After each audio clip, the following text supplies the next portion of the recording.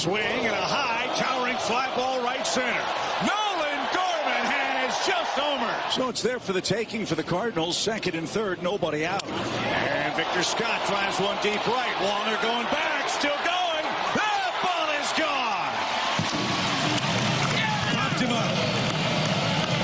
Mason Wynn says he's got it. How sweet it is. The Cardinals beat the Twins 9-2, Brad, and start 3-0. We did a lot of things positive. We hit the ball all over the park. We pitched it well. Our pen has gotten ahead of just about everybody. Our defense has been very smooth, but we're convicted about playing the game the right way and playing it hard. And that's what's been consistent throughout every inning of these 3 games. That's what it sounded like over the weekend. Cardinals audio via FanDuel Sports Midwest with Alex and T-Bone on BK. It's BK and Ferrario here on 101 ESPN. It was a battle. It was a battle leading into the show today on who would open the show for us. And that means good things for the Cardinals. Because frankly, coming off of the weekend, you could have made a strong case for the St. Louis Blues, given what that win looked like against the Colorado Avalanche. That doesn't mean BK is stronger than me. It just means that I don't enjoy violence. No, it also means that T-Bone was on my side. Yeah. Where the Cardinals ended up being the lead over the weekend. Report duo. Of course he's on your freaking side. Hey, they're on pace to go undefeated this season, Even sir. our guy Mike Ryder was like, Blues today? So I had him on my side. They just, this is not a democracy. This is a dictatorship. I didn't want to get political, so I'm glad you did it. So the Cardinals looked amazing over the weekend. They played great defense. They hit the ball all over the yard, as Ollie Marmol said. They had 10-plus hits and 5-plus runs in each of their first 3 games of the season. It's the first time, Alex, that they've done that in a 3-game home series. No, not in the opening 3-game home series. In a 3-game home series since 2015. Let me repeat this one more time. It has been a decade since the Cardinals, in a 3-game set at home, had at least 5 runs and at least 10 hits in all of the games. And that is what they did over this weekend. So if you felt today as you were driving into work or you were thinking, man, that was a lot of fun to watch over the weekend. Hell yeah, it was, man. They looked amazing. And I'm not telling you that you should suddenly believe they're a playoff contender. I don't feel that way after watching them over the weekend. But what I did feel, Alex, is that's the range of outcomes that I've been talking about all offseason that people did not want to buy into. Because it was possible the young guys do figure this stuff out at the major league level. Much like for the Blues, as we're watching right now, it was possible that Zach Bolduc was better than expected and Dylan Holloway was better than expected. And so over the weekend, we saw Victor Scott look awesome.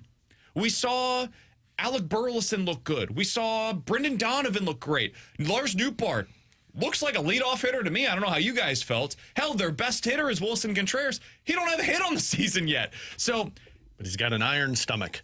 God, that was disgusting. This weekend opened my eyes for what the offense could be. I thought that was the biggest storyline coming out of the weekend. What did it do for you, Alex? It created a little bit of spark of optimism, because it was for me. Like, the biggest thing that I took away was how good that offense looked. And it's all of these young guys. You mentioned it. Wilson Contreras was probably the worst hitter from this home start, from this 3-game set. Yeah. And that's the guy that everybody was talking about, and now we're talking about Lars Nootbaar, Victor Scott, Brendan Donovan, Alec Burleson. Like, it finally felt like you're starting to see a core take place for this team. And frankly, even bigger, what my takeaway was after us talking to BT on Fridays, it's the impressive nature of how impactful Brant Brown has been. And again, I understand it's 3 games. I'm not going to put the conductor hat on, which I don't even see over there. BK might have burned it because the Cardinals won 3 in a row. It's actually, where did that go? I don't care. BK, I was going to say, this might be a good thing that it's gone. Anyway. Oh, wait, did we find it? Ryder hit it in a corner. Found it. All right. Ryder, it's over there by the king hat. Right. I don't know what the king hat is for, but you should put it on and see. Maybe it has reverse powers. Maybe. We'll see. But Brant Brown, like, hearing BT talk about how his interaction with these players has been, look, there's a time to hit, there's a time to slug. You could tell that difference at the plate. It felt like they were more composed at the plate against the pitcher. It felt like there was an aggressiveness with a purpose, which I just have not been able to say about this Cardinals offense for the last 3 years. And you guys know me, I'm Mr. RISP. And I can RESPECT for how good that runners in scoring position looked, because they came away where they were actually lethal with it. You guys are both smirking. That was really good, wasn't it? It was well done. That really was good, and I know you've been thinking of that since Sunday. I was. It was the Office episode. But yeah, Third in Major League Baseball in slugging percentage with runners in scoring position. This is where I did not believe the Cardinals had the players. And now, after a weekend, and again, I'll emphasize the weekend, I can actually look at this and say, hey, Lars Nootbaar's pretty good when he's healthy with those situations. So is Brendan Donovan. So is Alec Burleson. These are all pieces of the future. I mentioned one stat, 10-plus hits, 5-plus runs in all of the 3 games over the weekend. First time they've done that in a 3-game homestand since 2015. It's been a decade. They had multiple 3-run homers yesterday. Why is that important? Because last year, as I just mentioned, they didn't slug with runners in scoring position. It was really the downfall of their season. So they did it twice yesterday in the same game. They didn't do that a single time all of last year. Not once. Not once did they have multiple 3 or 4 Grand Slam home runs in the same game. Last time they did it was May of 23. So it had been almost 2 years since they had done that in the same game.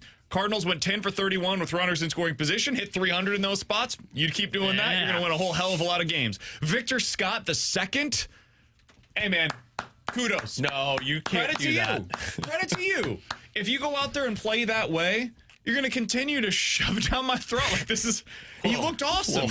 3 stolen bases, a home run over the weekend as well. Played great defense in center field. I like what they're doing with Michael Ciani coming in late, and then they push over Victor Scott to right field. Saw a lot of questions over the weekend. Why are they doing that? Why not put Ciani into right? Because Ciani's a better defender. Victor Scott's really good. Michael Ciani, if he played every day, would be a Gold Glover in center field. So I have no issues with that whatsoever. Yes, I said I would not have taken Victor Scott onto the opening day roster.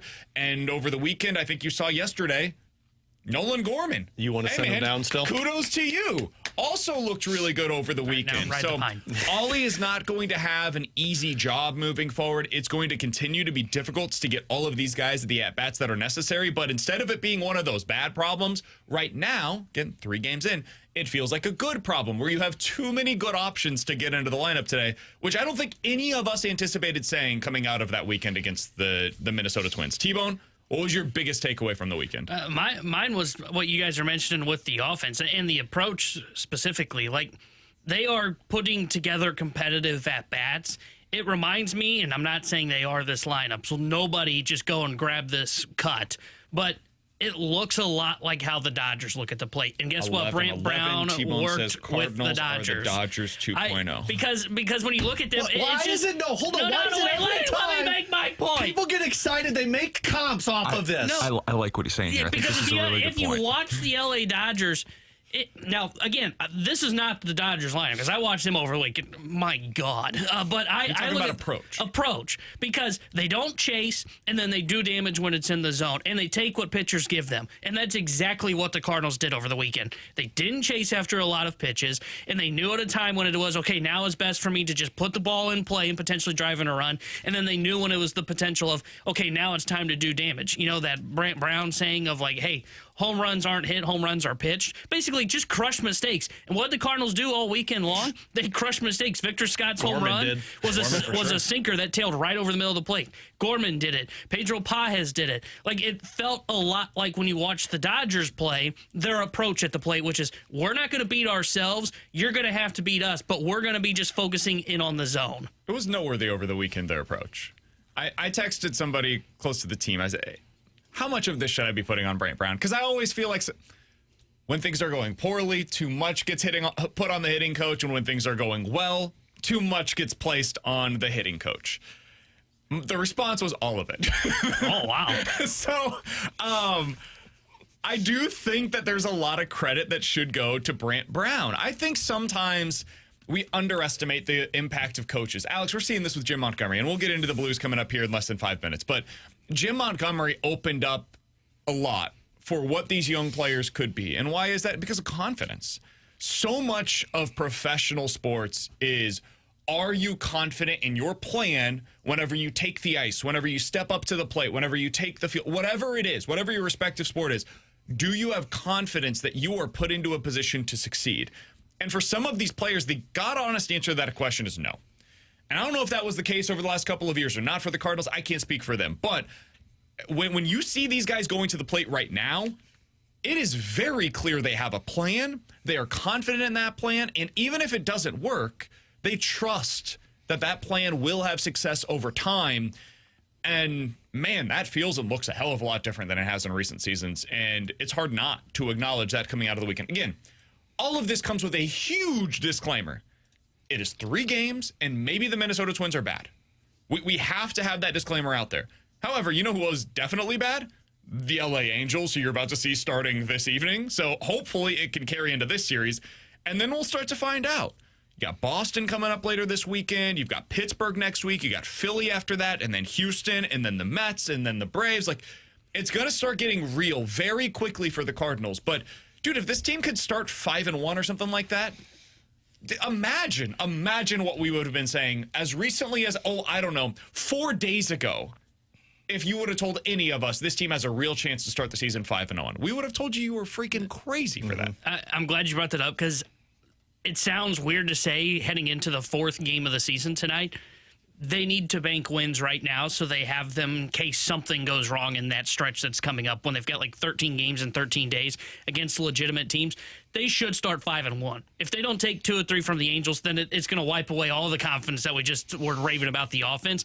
They should take 2 or 3, start the year 5-1, and now you're in a really good spot to have the good April that we've always talked about that hopefully propels them forward and potentially brings the fans back into the stands. Yeah, you don't want to drop a series right after you start off like this because you do have a stretch like T-Bone just mentioned, but you also have Boston and Pittsburgh after the Angels. And those are 2 difficult opponents in the sense of compared to Minnesota and the Angels. Totally. So if you can win 5 of 6 or even win 6 straight and get 2 sweeps at the beginning, now if you fall back down to earth a little bit in the following series, it doesn't feel as bad as it would if you drop 2 series. Cardinals 3-0 to start off the season for the first time since 2006. I was actually kind of shocked about that. It doesn't feel like it should be that difficult to start 3-0. The Cardinals have had some really freaking good teams over the last 20 years. Last time they did this, 2006, that season, as I recall, ended pretty well for the Cardinals. With Alex and T-Bone, I'm BK. It's BK and Ferrario here on 101 ESPN. Speaking of good runs, the Blues are certainly on one of those. 2019. The best points streak that they've had since, 2019. Again, I think that season ended pretty well for the Blues. You guys can get involved in the show. 314-399-9646 is the Air Comfort Service text line. You guys can always get involved in the YouTube chat as well at youtube.com/101ESPN STL. Coming up at 12 o'clock, we'll talk to Katie Wu, but next, the Blues might be more than just a fun story, and we'll talk about that next year on 101 ESPN.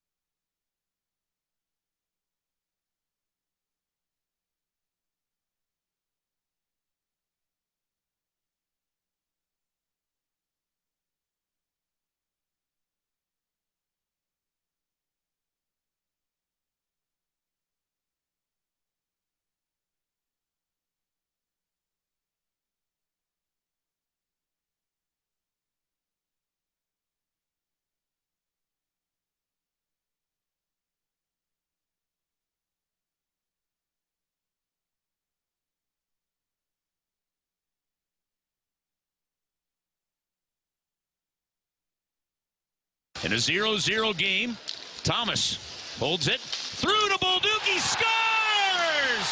What a one-timer! Puts Navich over to the puck. And now Thomas back to get it. To the line for Suter. He drives, it's loose in front. They score! Pavel Buchnevich back to the lineup and gives the Blues the lead. 2-1 the score. Now to McCarr to McKinnon. Slap pass to the corner. Natchez back to McKinnon with 8 seconds to go. Into the slot. It's deflected back to the corner. 4 seconds left. They put it on front to McCarr. They shoot. Save Binnington and bring out the Zamboni. 9 games in a row won by the Blues. With Alex and T-Bone on BK, it's BK and Ferrario here on 101 ESPN. Blues looked fantastic in that game. That is a classic playoff-style hockey game, Alex. They went 2-1, and in the final 2 minutes of that game, you basically had all of the same dudes stuck on the ice together. And I say stuck because they couldn't go anywhere. They couldn't even go into the corner to try to retrieve the puck. Benner was, like, holding on to his post. They were gassed. Yeah. Some of those dudes were literally laying on the ice as Neighbors the final collapsed. horn blared. Neighbors just laid on the ice. I love it, man. What did we learn about the team in that game, Alex?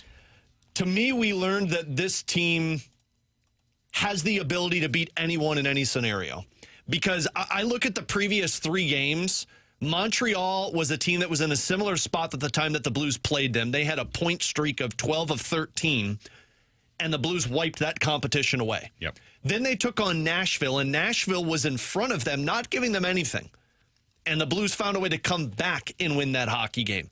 And then with Colorado, that was a playoff atmosphere in the sense of it started off really well. You had those 2 goals scored back-to-back. Second period was absolutely nothing. It was a boring game. And then the third period opened up. Mind you, that was a team that had not lost for 11 straight games on home ice. That third period opened up, and the Blues outshot Colorado, had more chances than Colorado. They took the lead off of going 0 for 2 on power plays, and then once they took the lead, they shut it down defensively. And even with Colorado having McCarr, McKinnon, and Natchez on the ice and a pulled goaltender, that team had 2 shots on goal, 3 shot attempts, with 2 minutes of a pulled goaltender. So to me, that was just more confirmation of a team that basically looks at what's in front of them and says, yeah, we'll find a way to beat this team. No matter what happens, when it happens, we'll find a way to stay in this hockey game and win. And that's the recipe you need going into the playoffs. Felt like a 50-50 game to me. Could have gone either direction, and Blues found a way to pull that one out. The Booch goal specifically, dude, if there's ever a playoff goal, that's what it should look like. Oh, my God. Standing in front of the net, 3 hacks at it. Yes. Rebound, like everything that went into that play felt like this is what it will take for you to win a playoff series against a really good opponent similar to the Colorado Avalanche. This is more than just a cute story. This is more than a fun storyline at this point. The Blues are playing some of the best hockey of anybody in the NHL. There's no luck involved with this. Sure, there's some good fortune. You need that. Every team that is good is going to get good fortune over the course of their winning, right? Whether that's a good bounce where your goalie is able to cover the puck, or a good bounce for you on the other end where you've got 3 dudes that are hitting the puck while it's in the air on the way to it potentially going into the other net. Magic. Like, yes, there is good fortune along the way.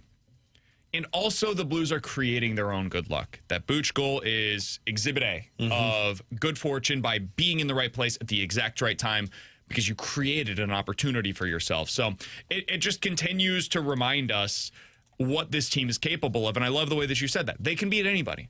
If they get into the playoffs, they are capable of beating whoever is on the other side, whether that's Colorado or Winnipeg or Vegas, and the 2 most likely seem to be Vegas and or Winnipeg. Yeah.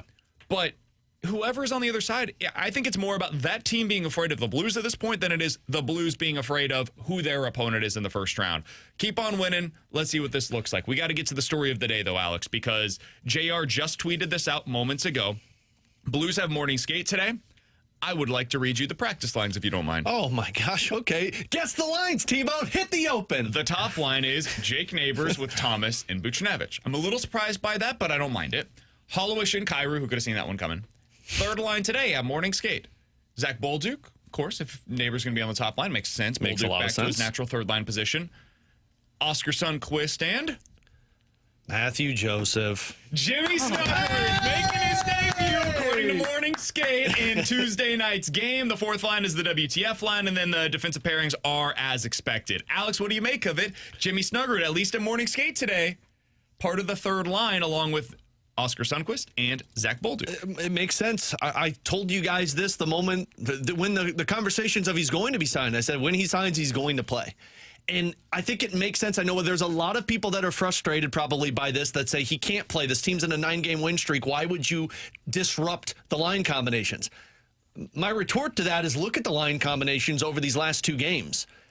Jim Montgomery has essentially wiped away that third line because he just doesn't trust them in a tight hockey game. That game against the Nashville Predators, once they took the lead, Texier and Joseph did not take another shift. The game against Colorado, because that was a tie hockey game, in the third period, Matthew Joseph played 1 shift, and it was the first shift of the game. And then they shut it down, and they went back to what they typically go with. I'm a little surprised they're going with Neighbors on that top line because Zach Bolduc has built some real chemistry. I agree. With that duo. And frankly, to me, a Neighbors Sundqvist Snuggerud gives you 3 defined lines that have roles: net front presence, playmaker, shot. But I think this is starting because it's a line that they can trust.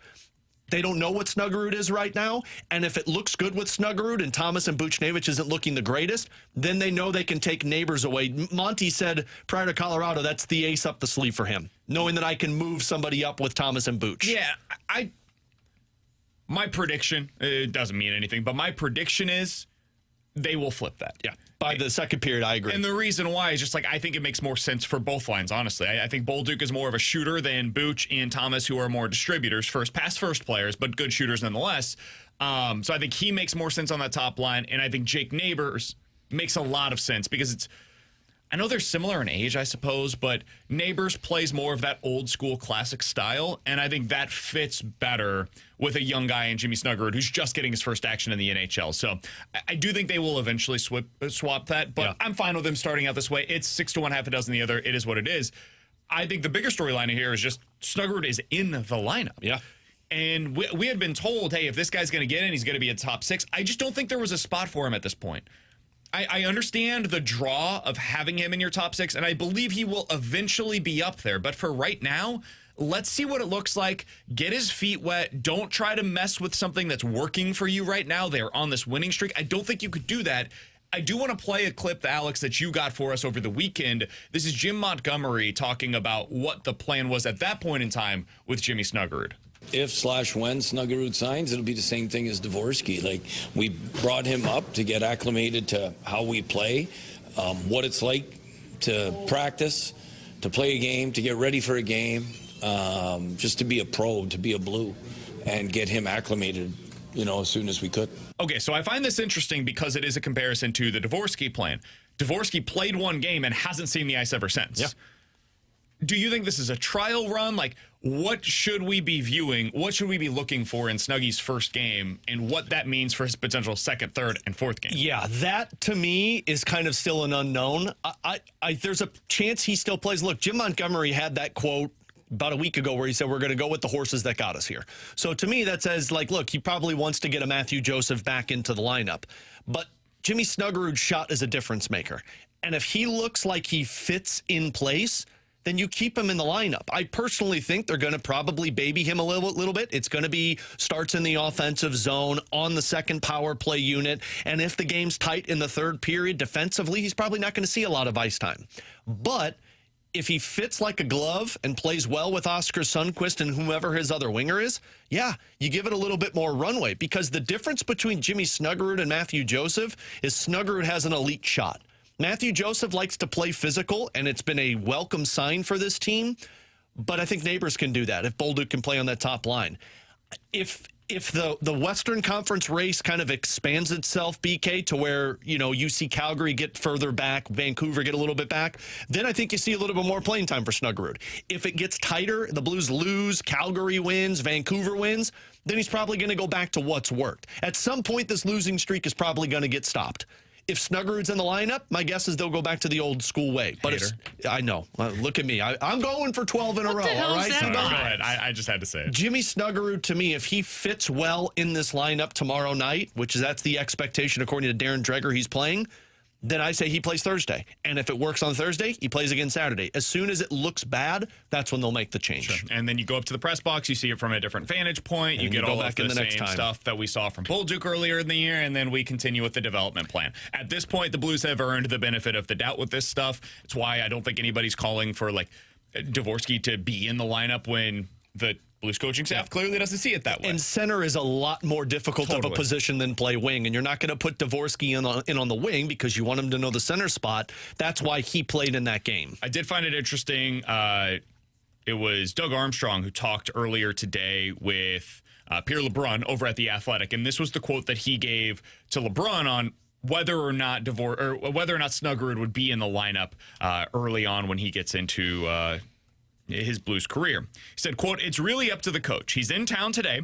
He's going to have his first practice tomorrow. He's a gifted goal scorer. Most players have a calling card as they enter the league, and his calling card is probably the ability to shoot the puck. Goal scorers are at a premium, and he is a goal scorer. Now, whether or not he can find that quickly, we're not asking him to come in and save our season or do something like that. We're just trying to build, and he's a building block for us. I think he'll get an opportunity if Monty feels he's ready. We're playing for today and still building for the future. We've asked Monty to really walk a tightrope in doing both, and he's doing a hell of a job in doing that." All right, so this feels very similar to the position that Ollie is in this season. And I'm fascinated to see how Jim Montgomery handles this with Snuggerud after trying to do it with Dvorsky. And as you mentioned, Alex, that is at center. That is a different situation. And also, you have a guy in Sonny that you trust to place into the lineup. He clearly doesn't have that same amount of trust with Joseph that he did with Sonny. So the opportunity cost there is much lower. Yeah. I'm curious to see what this looks like. And I don't think there's as much pressure on Jim Montgomery from Doug Armstrong as there has been probably on Ollie Marmol from John Mozeliak. To put it lightly. Yeah, yes. like there's no pressure on finding out what Jimmy Snuggerud is. This is hey, let's see if he makes our team better. And if it looks bad, he goes up to the press box, and I don't think there's any question. I guarantee you the conversations that Army and Steen had with Snuggerud before he signed was, look, you're coming to a team that's red hot right now. You might play, you might not play. But by next year, you're going to be playing every single day. There's no pressure on Jim Montgomery, but you find out, does it make your team better? Because now you add more scoring to your lineup. Blues off tonight. Back in action tomorrow against the Detroit Red Wings right here at home at Enterprise Center. That's a 7 o'clock puck drop. 7 o'clock puck drop, 6 o'clock pregame show with Alex Ferrario tomorrow out at Enterprise Center. With Alex and T-Bone, I'm BK. Coming up next, the story of Major League Baseball is the type of bats that one team is using. We'll talk about it next here on 101 ESPN.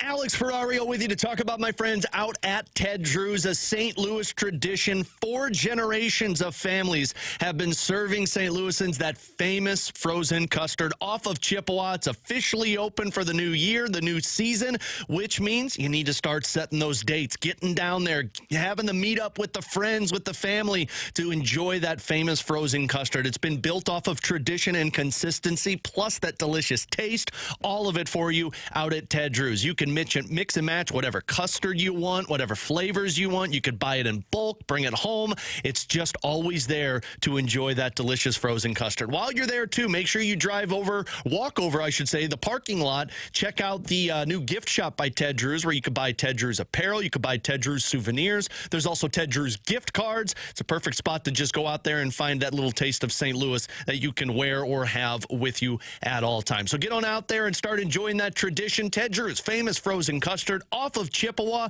It really is good, guys and gals.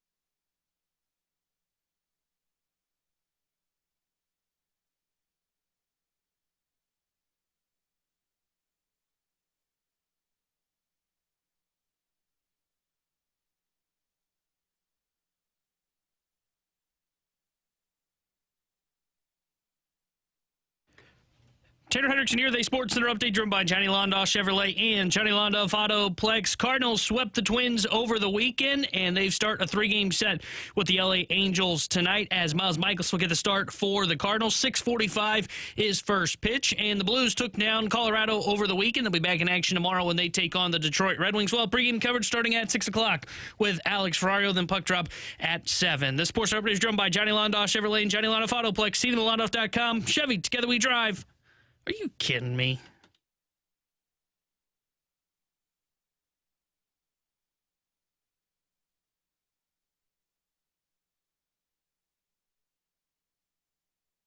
Goldschmidt stays put.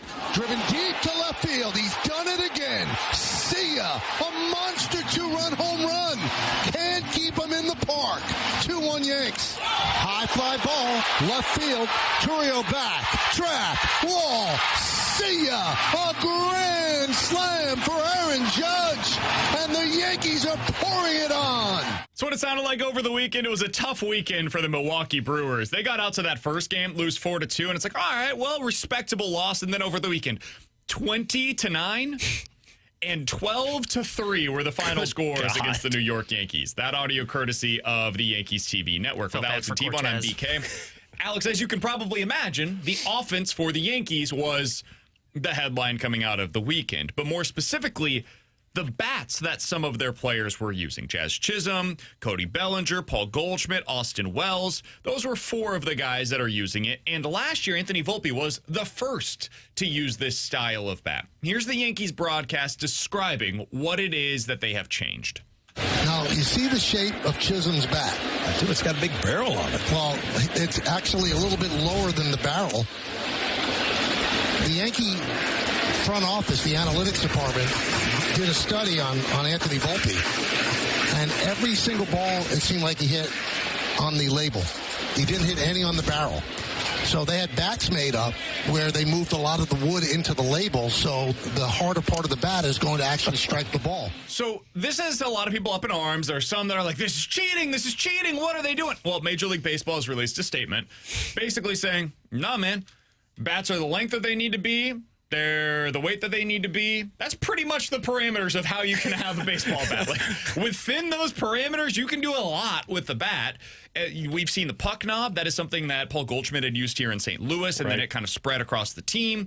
This is just the newest, latest innovation when it comes to baseball bats. And this is something he mentioned why they did it with Anthony Volpe.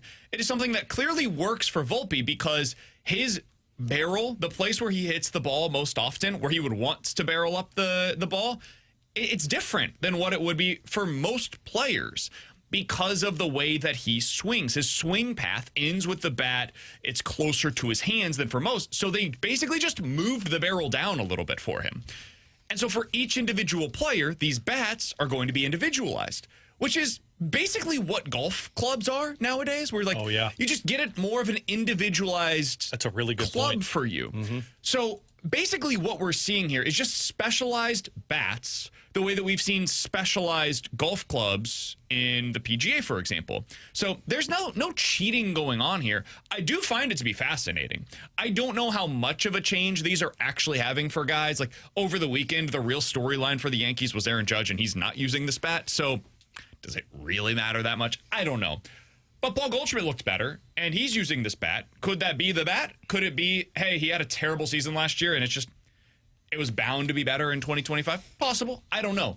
But I find the storyline to be really interesting, Alex, because we don't see a lot of these in baseball where the gear has mostly been unchanged for like 60 years in the sport, and now we're seeing something that looks to our eyes a little different than what it has. And I think that's why you're seeing the reaction you are. Baseball is such a traditional sport to where when things change, people get frustrated. Like, remember the banning of the shift? People were like, wait, what the hell are you doing? That was bad. They should bring that back. And now look at what it's done. It has sparked a little bit more offense. Now, it hasn't worked well for certain pitchers, but when you allow a team, or there is a team that decides to make changes, everyone's like, whoa, you can't do that. This is baseball. You're only allowed to keep it one way and one way only. And I didn't even think of the golf club comp. It's a great one by you, because that's exactly what golfers do. They realize the type of golfers they are, and they say, we have to adapt, or I have to adapt my swing pattern or whatever club I want to use so that I can maximize it. That's what the Yankees are doing. Think about the sticks, right? Ryan O'Reilly had that. He had the curve on his stick, so he won faceoffs. It's different. Like, every sport has innovations that allow for the equipment to be better used for those individual players. And it takes a while, because you need somebody that's curious, basically, is what happens here. Like, the guy that previously worked for the Yankees, that graduated from MIT, that's getting a lot of the credit for this, is now with the Miami Marlins. He's their field coordinator now. And he basically asked the question of, like, hey, what's going on with Volpe? The dude hits the ball all the time, but never hits it on the sweet spot. What if we just, like, moved the sweet spot? And people were like, that's crazy, dude. Like, what are you stop being crazy, man? And it takes a while for you to get buy-in. You need buy-in from the team. You need buy-in from a company that will actually produce the bat that you're talking about and spend the money and the capital and the time to go out there and do this. And then you need buy-in from the player, because I don't know if you guys saw the comments, but Giancarlo Stanton believes the bat that they're using might actually be the problem with his elbows, why both of his elbows busted. Oh, now we're fixing injuries? I think that's crazy, but he believes that maybe his swing changed a little bit, and so it, like, in his head, whether it's placebo or the truth, he thinks that may have caused his elbows to blow out. I think that's probably crazy, but this is why you need buy-in from the player as well. It takes a long time to get all of those things in line. It worked for the Yankees, and now maybe they're seeing the results of that. We'll see what this looks like in May. We'll see what it looks like in August. And if the guys using this bat are suddenly going back to their old bats or just have like inline numbers with their typical career norms, this is going to go away. But if not, this is probably something that's going to take the league by storm over the next couple of years. And cool, there's innovation taking place. I have no problem with that. The one thing I don't get why people get so up in arms with things like this is I think you're more frustrated that your team didn't think about it, right? Like, I can't get mad at a team that recognizes, hey, there's something going wrong, and they've done the research, they've done the investigation, and they said, hey, this works in favor of our players, our team, so let's try this. If it's approved by the league, then what's stopping other teams from looking at this? And hopefully that's how you advance the product. And I think the best part about this is now you're seeing, I mean, the biggest storylines over the last 2-3 years have been hitters going, man, we don't have a chance because pitching's gotten so good. These guys are throwing like wiffle balls. Like I watched the Dodgers over the weekend and Blake Trinan, like, dude, good luck hitting that guy because that is some nasty stuff that he throws. It looks like a wiffle ball. And now you're seeing hitters try and counter what pitchers get, which is the pitching labs to where they can redefine their pitches, find the best shape for it, tunnel the baseball as well with all of their stuff. Like they have all of the small little details that they can really finesse to make their pitches elite. And batters didn't really have that. Like they could figure out, okay, what bat is best for me for my swing type? How do I gain bat speed back like Nolan Arenado has so far? The puck kind of had its moment. But if you were a guy like Volpe who's having trouble barreling the baseball, and can't blame you when you look at how the pitching's going this year or over the last couple of years. This finally feels like you're starting to see the batters punch back and get themselves a chance. And that's why I'm all in on this idea of, hey, if this thing really does work, I think what we're going to end up finding out is, hey, this kind of helps. It was more of a story about the Milwaukee Brewers and their pitching just isn't going to be there this year. But if it does give these hitters a chance, I'm glad to see that they now are giving themselves a fighting chance, and they now have a potential counter to all these guys that are throwing wiffle balls out there. Can somebody get Jordan Walker one of these bats? Whoa, he had a good weekend. He was fine.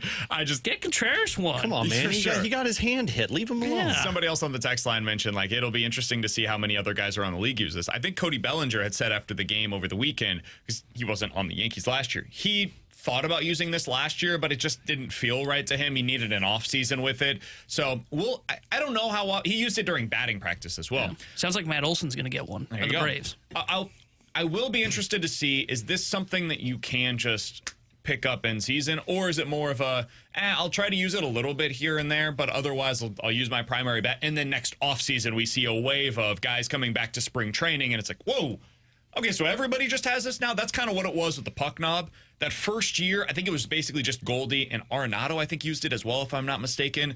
And then eventually it was like, oh, so everybody using it. Yeah, because there were 2 and 3 in MVP vote, or 1 and 2, and then it was like, oh, we should probably do this. Exactly. So we'll see what that ends up being, but we're all on the same page here. Innovation's not a bad thing necessarily. It's necessary, in fact. And this is just the latest innovation. It got a lot of headlines over the weekend, obviously, because of what they did offensively.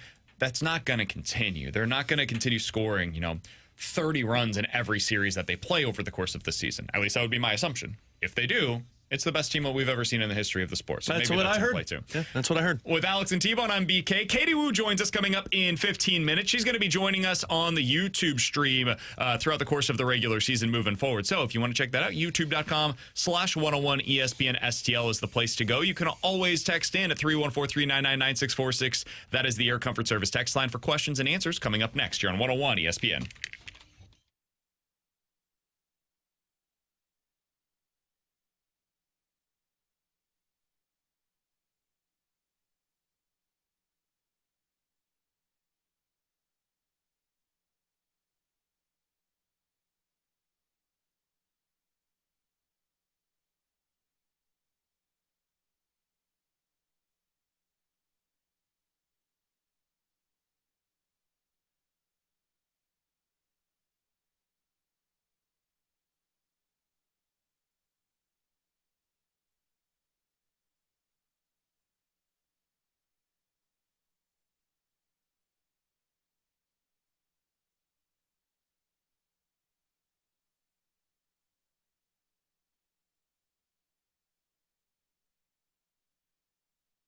Alex Ferrario with you. I love talking about Rhino Shield's work because I've used Rhino Shield for the exterior of our home. I'll take you back to 2020. My wife and I bought our home that we live in now. The first thing my wife said when we did the tour was, I love it, but I don't like the look of the outside. And I'm like, okay, well, that's not going to stop us from purchasing a home. Me thinking I could fix it myself, I was like, I'll go buy paint and do this. But I did my work, I did my research, and I called up Darren at Rhino Shield, and he came out and explained to me that you could paint it, but you're going to be painting it next year, and the year after, and the year after, because that common paint you buy at the hardware store, it deteriorates over time. The water, the moisture that you get with all of the rain in the springtime, it washes it away. You also get the paint starting to chip. The UV starts to make those sunblots on it. Use Rhino Shield's work because you set it and you forget it. It's not paint. They use ceramic coating that sticks 8 to 10 times thicker than paint that you would put on the exterior. Plus, it's all backed by a 25-year transferable warranty. I used them in 2020. My house still looks as good as it did in 2020 when they put that fresh coat of the ceramic coating from Rhino Shield on. So give them a call today for your home, for your business. If the exterior needs a facelift, Rhino Shield is the company for you. Tell Darren Alex Ferrario sent you. 877-25-RHINO, 877-25RHINO.com.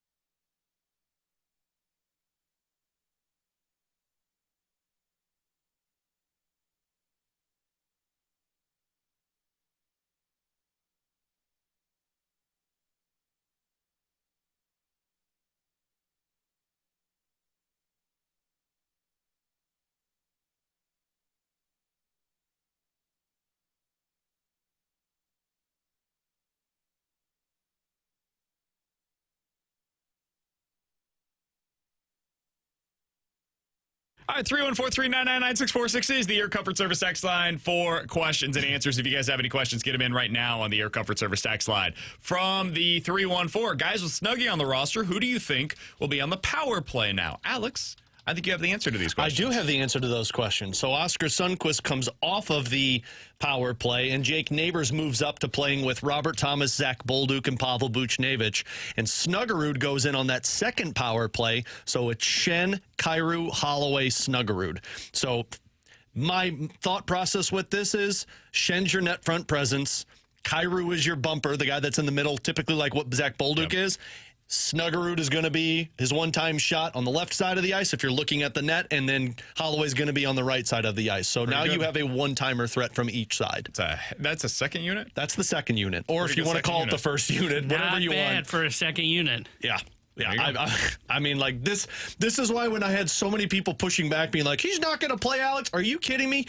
The Blues have to be drooling for how the last 3 years have been on the power play to get that guy on this power play. Yeah, I mentioned this before the show today. It reminds me a little bit, I mean, in a worst-case scenario of what they did with Scott Perunovich. They were so desperate for a point man on the power play, they were like, we'll just play 7 defensemen. It'll be fine. He's not going to play at 5-on-5, but he can play 6 minutes a night, and all 6 minutes will be on the power play for us, basically. And now he's elsewhere. But that's, again, the worst-case scenario with Jimmy Snuggerud is that he's just a power play specialist. All right, from the 3-1-4, guys, is March Madness over at this point? Only top teams and top coaches can hang, it seems like. What happened to the Cinderella? I saw this. This comes from Matt Norlander, who's part of the podcast, Alex, that you love over on CBS Sports. The top 10 best Ken Palm teams ever, which dates back to 1997. 4 of them are this year's Final Four teams. Whoa. Out of the 10 best in the last basically 30 years, 4 are playing in this year's Final Four. The reason I bring this up is because I think this is going to be viewed as an outlier. I do. I think we will see more of this in the future than less of it, but I think 2025, and this is what we said at the beginning of this tournament, is, man, the top teams just seem so much better than everybody else. And it's true. The top teams were just flat out better than everybody. Duke is unbelievable. Watching them play is like watching a different sport than everybody else. They have NBA dudes everywhere, littered across the court. I am worried about my national title pick of Florida, who I think is amazing. They're awesome. Duke's just, they look better to me. Yeah. So I think Houston is a little bit more flawed. I think Auburn is more flawed. But those 2 teams, Florida and Duke, to me, are the 2 best teams that have played this year. And they're 2 of the 8 best teams, according to Ken Palm's rankings, in the history of their rankings. And that was my national championship prediction all along. It was Florida versus Duke in the Final Four, I believe is, well, no, because I think Houston was the one that I didn't have in the Final Four. I had Tennessee over Houston, but otherwise had this Final Four. I had the Elite 8 exactly as it was, and then I had Tennessee beating Houston. And it's just because this felt like a chalky year. Yeah. Well, T-Bone thought that the Cinderellas were still going to make a comeback. Close. You know, I had Michigan State getting to the Final Four, and they were close. The one I was really off on was Wisconsin. They were the one that I missed the most. Because I had... Still most the interesting game, though, in the first round. True. I had Florida and Auburn getting to the Final Four. Yep. But Auburn I worry about because of their injuries. You know, consistency. Houston, kind of agree with you there, BK. I think it comes down to Duke or Florida is the one that's going to win it all. But Duke just looks like they're on a different level right now. All right, 314-399-9646 is the Air Comfort Service text line from the 314. Guys, are you upset if the Blues end up making the playoffs and losing in the first round? To me, I'm not. I would be disappointed, but it would still be a great year and show that we have a bright future. Is that how you would feel? Yeah, absolutely. There's no disappointment from me if this team loses in the first round. Now, if you get swept 4-0, I'll probably have some questions if you start to look like a team that you did prior to this run. But if you make the playoffs and are competitive or at least the same system in place and you get beat in 6 or 7 games, no. You've set yourself up. I think Army mentioned this in the Pierre LeBrun piece. What you did from 2011 to 2022, you're setting yourself up for that same competitive window. That's how I feel. I already feel like it's been a successful season. And from here, like whatever else is gravy, they have proven enough to me with their young players. They're on the right track. And that's what the 2024-25 season was supposed to be evaluated on. Like I asked the question of Bill DeWitt III last week, what would be a successful season for you? How do you evaluate that? For me with the Blues, it was, do the young guys take that step that makes you believe this is the beginning of that contending window again? I'm already there. Yes. They have already opened that window up. We are now in it, which means this was a successful season. So would it be disappointing? Of course. Anytime you lose in the playoffs, it sucks. But this season is already a success in my mind. Yep. Yeah, I'm with you. Because success to me was not dictated going into the season based on results. It was dictated by how you saw the young guys grow. And every young guy's taken the step that you wanted to see from them. Even if they got swept, unless it's like just completely ugly, then maybe I would have questions. If they got swept, I'd just go, you know what? they ran into a team that was potentially the President's winning trophy team in the Jets, or they just ran into the best team in the Pacific in the Vegas Golden Knights. So even then, I don't even think I'd be disappointed. All right, last thing here. Guys from the 314, are the Cardinals good, fun, or all the above? Yeah, or none of the above? Fun. Right now, I would say number 2. Potentially, I could get to number 3, but you got to give me a couple of weeks. Yeah, I'd go fun right now. I'm not going to buy in that they're good after 3 games, but they've got my attention. I predicted before the season 82-ish wins. I said 74. I said 70. What we saw over the weekend makes me feel better about that. And that's all it is. I think this weekend, if you thought they were going to be terrible or bad, like below 500, I think it probably gives you a little pause about that prediction. Makes you think, okay, maybe they can be better than I thought. That's where I would be. I don't think you have to like wildly swing your prediction in the other direction, but I think you should at least have pause on that. If you thought they were going to be average, I think nothing over the weekend should change that opinion. And if you thought they were going to be good, nothing over the weekend changes that opinion. But really what this did is it opened up, I think, a lot of people's mind, certainly for me, the range of outcomes does include they could be better than expected. And I think that was something that was written off by most heading into the season, and I don't think it should have been, but I think it was, because this team had done nothing to earn your respect or your belief over the last 2 years. Yeah. So I get it. I don't blame anybody for being skeptical. But right now, 3 games in, looked at like a hell of a lot of fun. I think you're right, Alex. Right now, they're fun. Yeah. We'll see if they're going to be good, but at least this weekend opened up your mind to the possibility that that could exist. Katie Woo's going to answer that question for us, and we'll talk to her about the plan with Nolan Gorman after a really good day yesterday. How do they assemble this lineup against a lefty for the first time, which is coming up? We'll talk to Katie Woo, get her biggest takeaways from the weekend, and start projecting this next series next year on 101 ESPN.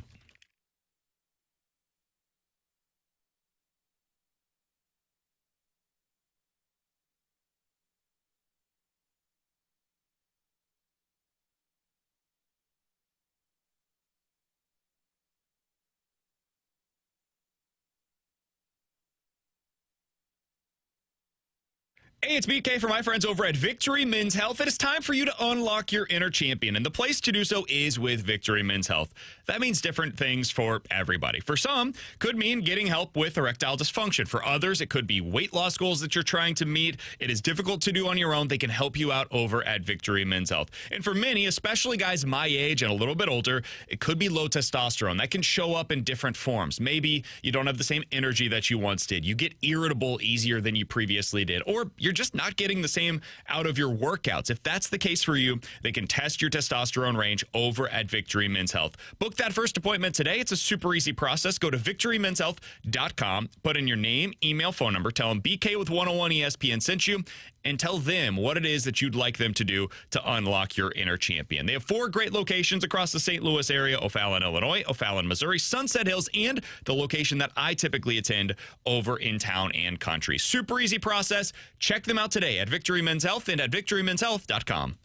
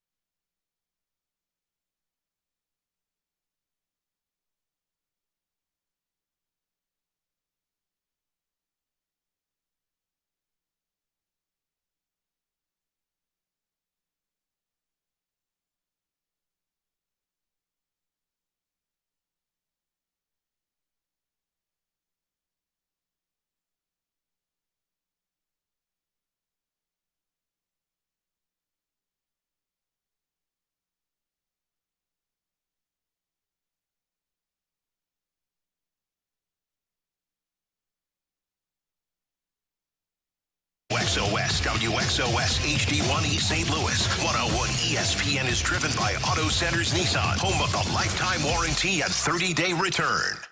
They are St. Louis. It's BK and Ferrario on 101 ESPN.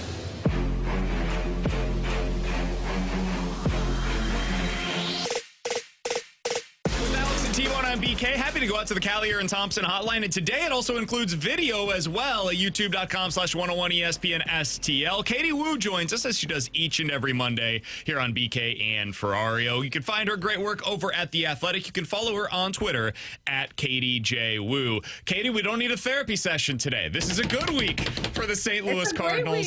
It's a rarity here. How you doing today? Cardinals 3-0 over the weekend.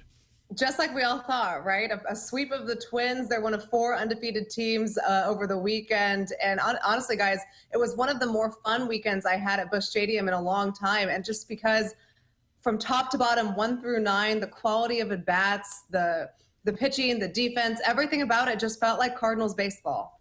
Katie, I know it's only 3 games, and I don't want to get too far over my skis, unlike my co-host over here. But it does feel like just listening to them, watching through the television, it seems like they're a tighter group than what they've been in the past. Do you feel that already?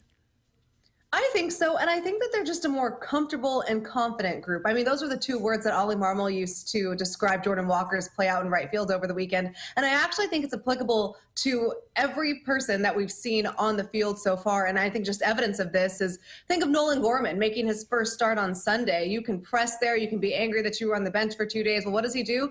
He goes 3 for 4 with a homer.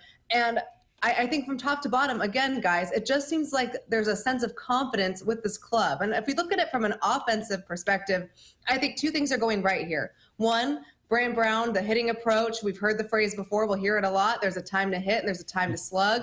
I think Cardinals fans are taking that to heart. I also think Ollie Marmol's lineup construction over the last 3 days has compartmentalized guys based on their skills, right? You have high on base guys at the top of the order, guys that can slug in the middle and speed at the bottom, so that guys know when it's time to hit and time to slug, and they're being put in a position in the lineup where they can do those things, and their traits, their best traits, are being highlighted. So across the board, I thought it was a fantastic series for the Cardinals. Okay, so you mentioned the guy that I wanted to ask you about.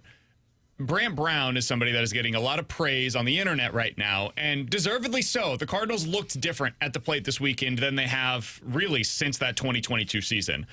How much, in your opinion, does he deserve the credit for what happened over the weekend versus the players for what they have implemented in their games? Like, how would you give, if you're doing like a credit pie and there's 100%, that's a whole, how much of this is Brant Brown in your mind?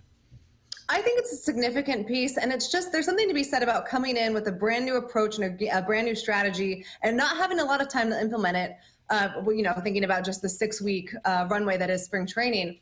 And what Brant Brown did is he spent the offseason, and we know this, flying out to guys, going to Arizona, working with hitters in Jupiter, getting a head start there. It's tough to come in as a new guy and get a team to buy in across the board. But my conversations in spring with players, everyone said, like, hey, there's a lot of information here, almost too much in a good way. The way that he's so detailed, the game planning, what we're looking at. When he was first hired, I had a couple of coaches that had worked with him previously reach out to me and say, this guy is one of the top game planning coaches in the sport. Now, again, it's 3 days, a small sample size, but the quality of at-bats, even if they're not exactly leading to success in the box score, which there was plenty of regardless, I think that's a testament to the game planning and the approach, and also the players for buying in and making those adjustments. Jordan Walker laying off those pitches low out of the zone, some great at-bats there. Lars Nootbaar knowing when to slug, when to hit, things like that. Nolan Arenado looks like old Nolan Arenado, 2022 Nolan Arenado.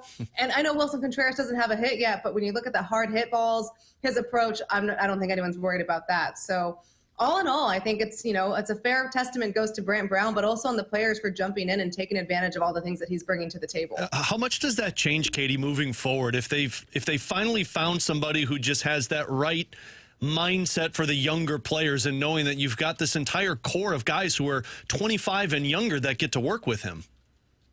Yeah, I mean, it's when you're teaching this in a transition season, what's being taught at the major leagues is also being taught in the minor leagues. So if the minor league guys and the top prospects are seeing what's happening at the major league level, you're getting that buy-in from top to bottom in the organization. So again, it's small sample size. We'll probably get a real test at reality on Tuesday when Kyle Hendricks takes the mound. Totally. I mean, there's no way they could get rid of him. Yeah. The Cardinals absolutely had to face him. So let's see what the Cardinals look like getting past Kyle Hendricks, and then we'll know if they're like truly fixed or not. But certainly, guys, the early rewards have been very encouraging. What a fun weekend at Busch Stadium. You said his name wrong, Katie. It's actually pronounced Cy Young. Yeah. Correct. Yes, I'm sure everyone's so excited to see him on the probable list. We're talking to Katie Wu, Cardinals insider for The Athletic here on BK and Ferrario. She joins us each and every Monday here on the show.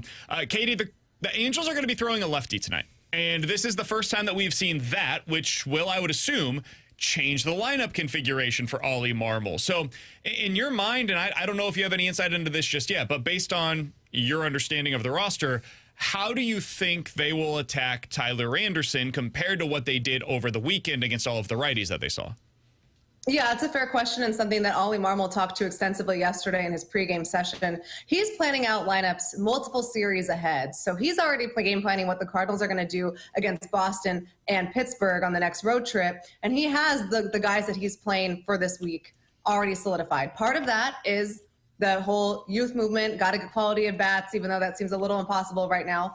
And a lot of it is matching up with opposing pitchers, and that's something every manager does, right? So will we see Luke and Baker in the lineup at least once, probably twice in the next 3 days?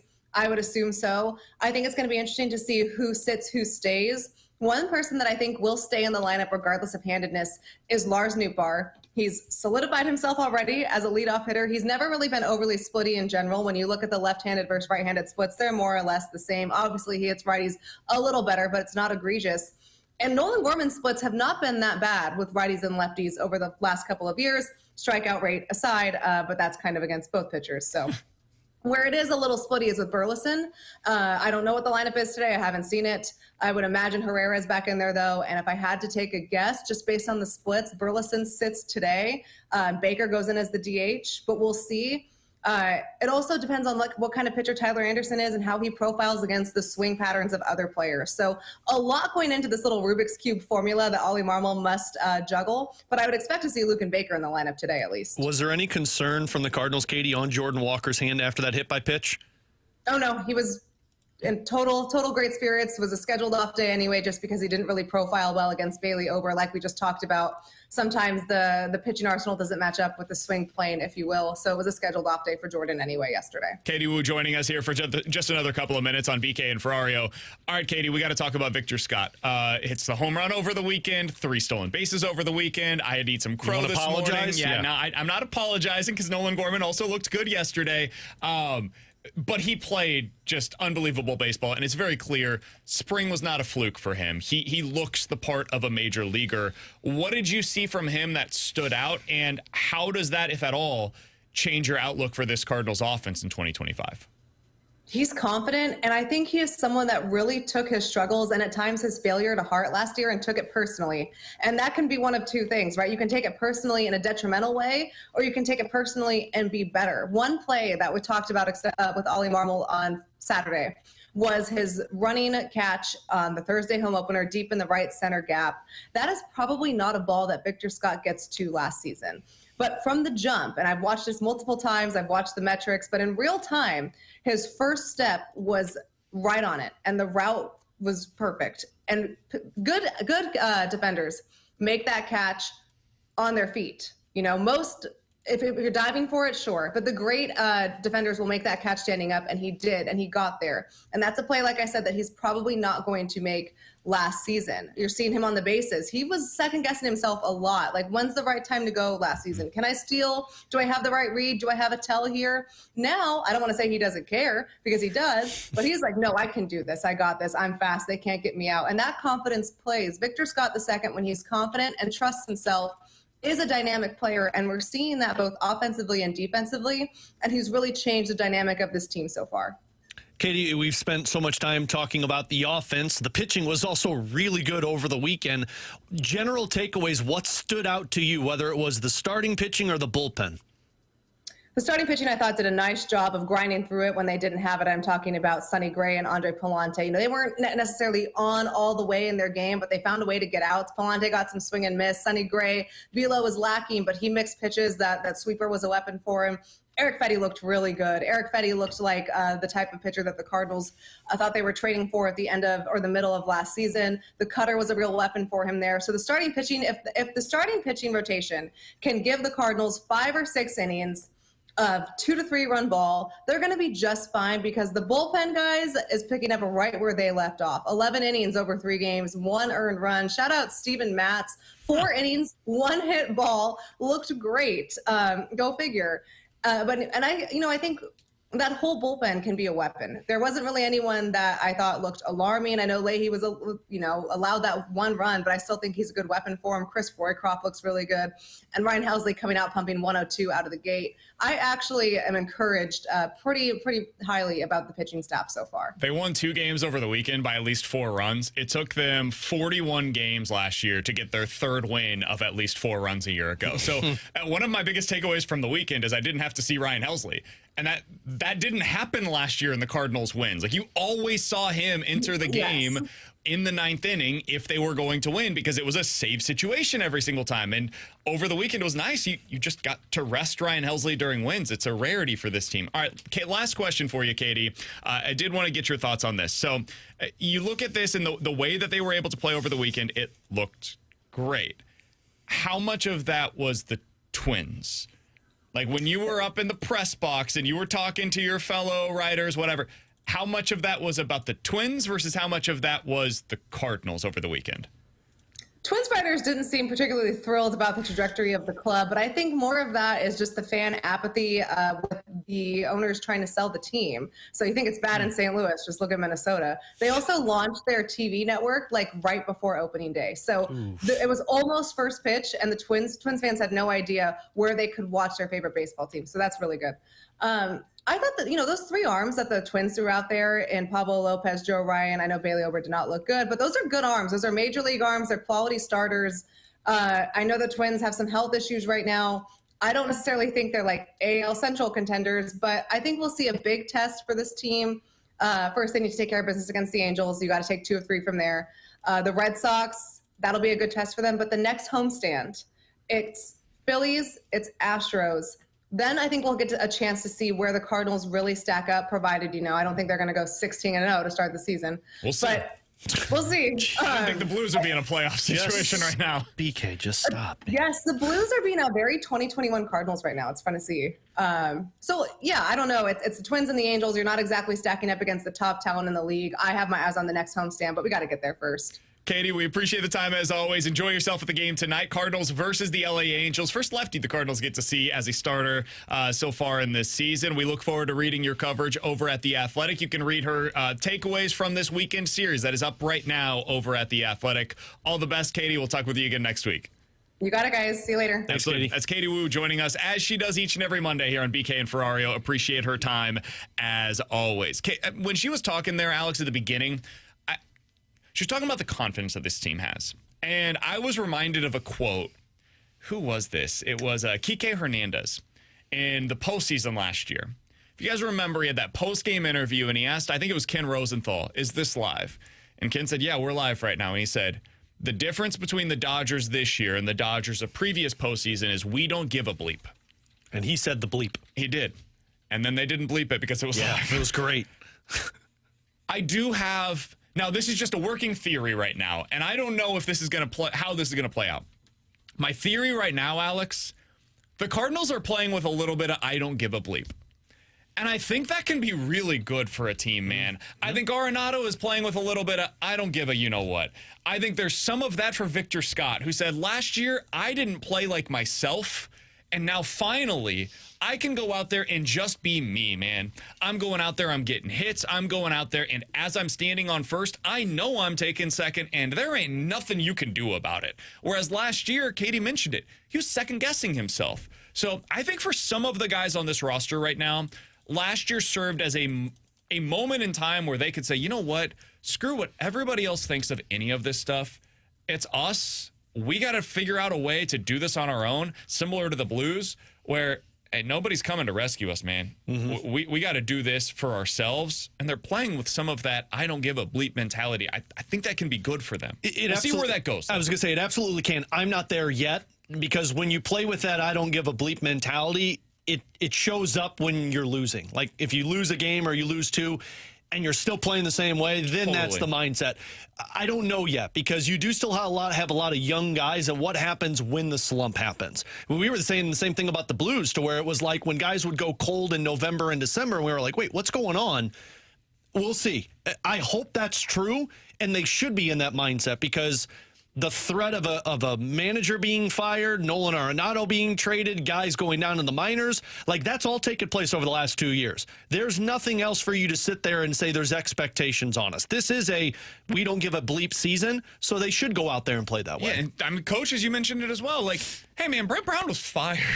Like, for a team that wasn't hitting, by the way. Yeah, and didn't hit after he was let go. Ollie Marmol is entering a season where, dude, there might not be a manager in baseball with more uncertainty about his future than Ollie Marmol because of the situation with the Cardinals front office, where he's like, hey, I have a really good relationship with Mo, and if Mo were here for the next 5 years, I think Ollie would be around for the next 5 years. But Mo isn't going to be around beyond this upcoming year. Like, it's going to transition here, and we don't know what it looks like between him and Chaim Bloom. I don't know if he knows what it looks like 2, 3, 4, 1 year down the road. Mm-hmm. I find them to be in a really intriguing situation. It's 3 games, and you're right, Alex. We'll see. We'll see what happens when adversity hits, because it will hit, whether that's injury, losses, guy going through big-time slump. What is this for Mason Wynn? Is this just a 3-game series and a weird spring for him, or is he going to go through the first extended slump of his major league career since he's been an everyday regular for them? And what does that mean for them as a team? These are all questions that will eventually have some answers to them. But right now, it's just my working theory coming off of this weekend. The swagger they're playing with, the approach for their at-bats, the confidence that appears that they all have in themselves individually and that they have as a team. I just really like the way it looks right now on the field. But that could change later on this evening if they get 1 hit against Tyler Anderson and they don't look good against lefties, and suddenly we realize, oh no, this team has problems with lefties, and then every team's going to load up what they have in the bullpen with lefties going up against the Cardinals. So we'll see. Coming up next, 314-399-9646 is the Air Comfort Service text line. If you guys have a scenario, we will tell you if we are in or out here on BK and Ferrario. That's next on 101 ESPN. It's time for another moment in Blues history. On this day back in 2000, the Blues would defeat the Boston Bruins by a 3-2 final score. It would be the 49th win of the season for the Blues. Jochen Hecht would pick up 2 goals in this one against Boston. Also, Scott Young scoring for St. Louis. In between the pipes, Roman Turek would stop 21 of 23 Boston shots. This date in Blues history was powered by Classic Air Care, making people comfortable since 1926. For all your HVAC needs, classicaircare.com. No money down and no closing costs on a new TR Hughes home. Visit trhughes.com for details. Homeowners, selling your St. Louis home is a big deal. And look, I understand selecting the right agent can be daunting, but it's crucial. There are agents out there who will tell you an unrealistic sales price just to get your business. That's why I only recommend my friend and trusted agent, Gloria Liu, with Your Home Sold Guaranteed Realty. Gloria understands that you need assurances when selling your home, not just empty promises. That's why Gloria Liu will guarantee upfront and in writing to sell your home at your agreed upon price, or Gloria will buy it. You might ask, how can she make such a guarantee? Easy. Gloria Liu knows how to market and properly price your home. Plus, she has a database of thousands of exclusive buyers, many of which are looking for a home just like yours. Take it from me, Jamie Rivers, and call my friend Gloria Liu at 314-325-6888. Again, that's 314-325-6888. Or you can always visit her website at gloriahasthebuyers.com. Again, that's gloriahasthebuyers.com. Gloria and the seller must agree upon sales price and possession date. Hey, it's me again, Dr. Pryor. I've missed you, so I spent more money on advertising because I couldn't help but notice that you still haven't made an appointment with me at 100 West Dental. It's quite simple, really.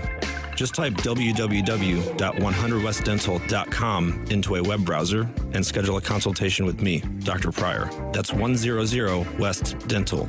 Or call me. Please call me at 636-585-0100. I can't wait to see you. Jamie Rivers here, and I'm with Katie from Elite Heating and Cooling. And people can trust Elite. We did just earn the BBB Torch Award for ethics. You've got to trust the people that are in your home, not just with your equipment, but with the indoor air quality and the quality of your home. And that's great customer service, and that's what they get over there at Elite. If you have a problem and there's a situation that needs to either be a repair or replacement, we're going to go through those thoroughly so that you understand everything that needs to be done. So please give them a call, book an appointment at EliteComfortExperts.com. I'm here with longtime friend of the show and sponsor, James Carlton. James, what I love about your office, when you walk in, everyone's friendly. You can just kind of get this vibe in there. They're truly there to help. Thanks, Martin. Yeah, to quote a book, Unreasonable Hospitality, it's not what you say necessarily, it's not what you do, but it's how you make people feel. We want our customers to feel like more than just a number, which is why we do everything possible to make things easy and personalized. All right, what's the best way for folks to get in touch to see how much they can save? Call or text 314-961-4800 or go online at carltoninsurance.net. It is so important to hire the right contractor. And this day and age, you never really know sometimes who you're hiring to do the work. You try to save a buck or something, hire somebody who doesn't have a big track record. You can forget about all those worries at Calgary & Thompson. These are people you can trust. They've been in business since the 1950s now. Anytime you need any part of your home redone, Calgary & Thompson should be the people that you think about. You say, where is it? Well, it's Calgary & Thompson on Manchester and Baldwin, next to Uncle Bill's Pancake House. Come home to quality online at calgaryandthompson.com. 101 ESPN is your home for Blues hockey. Check out either the 101 mobile app or 101ESPN.com for your chance to win a signed puck autographed by Blues forward Alexei Toropchenko. Toropchenko, coast to coast, he scores! Get entered to win that Alexei Toropchenko signed puck right now, either at 101ESPN.com or on your 101 mobile app. Powered by Dobbs Tire and Auto Centers. Giving you the picture, the real big St. Louis sports picture. It's BK and Ferrario on 101 ESPN. Come on, man. Are you in or are you out? It's in or out with BK and Ferrario.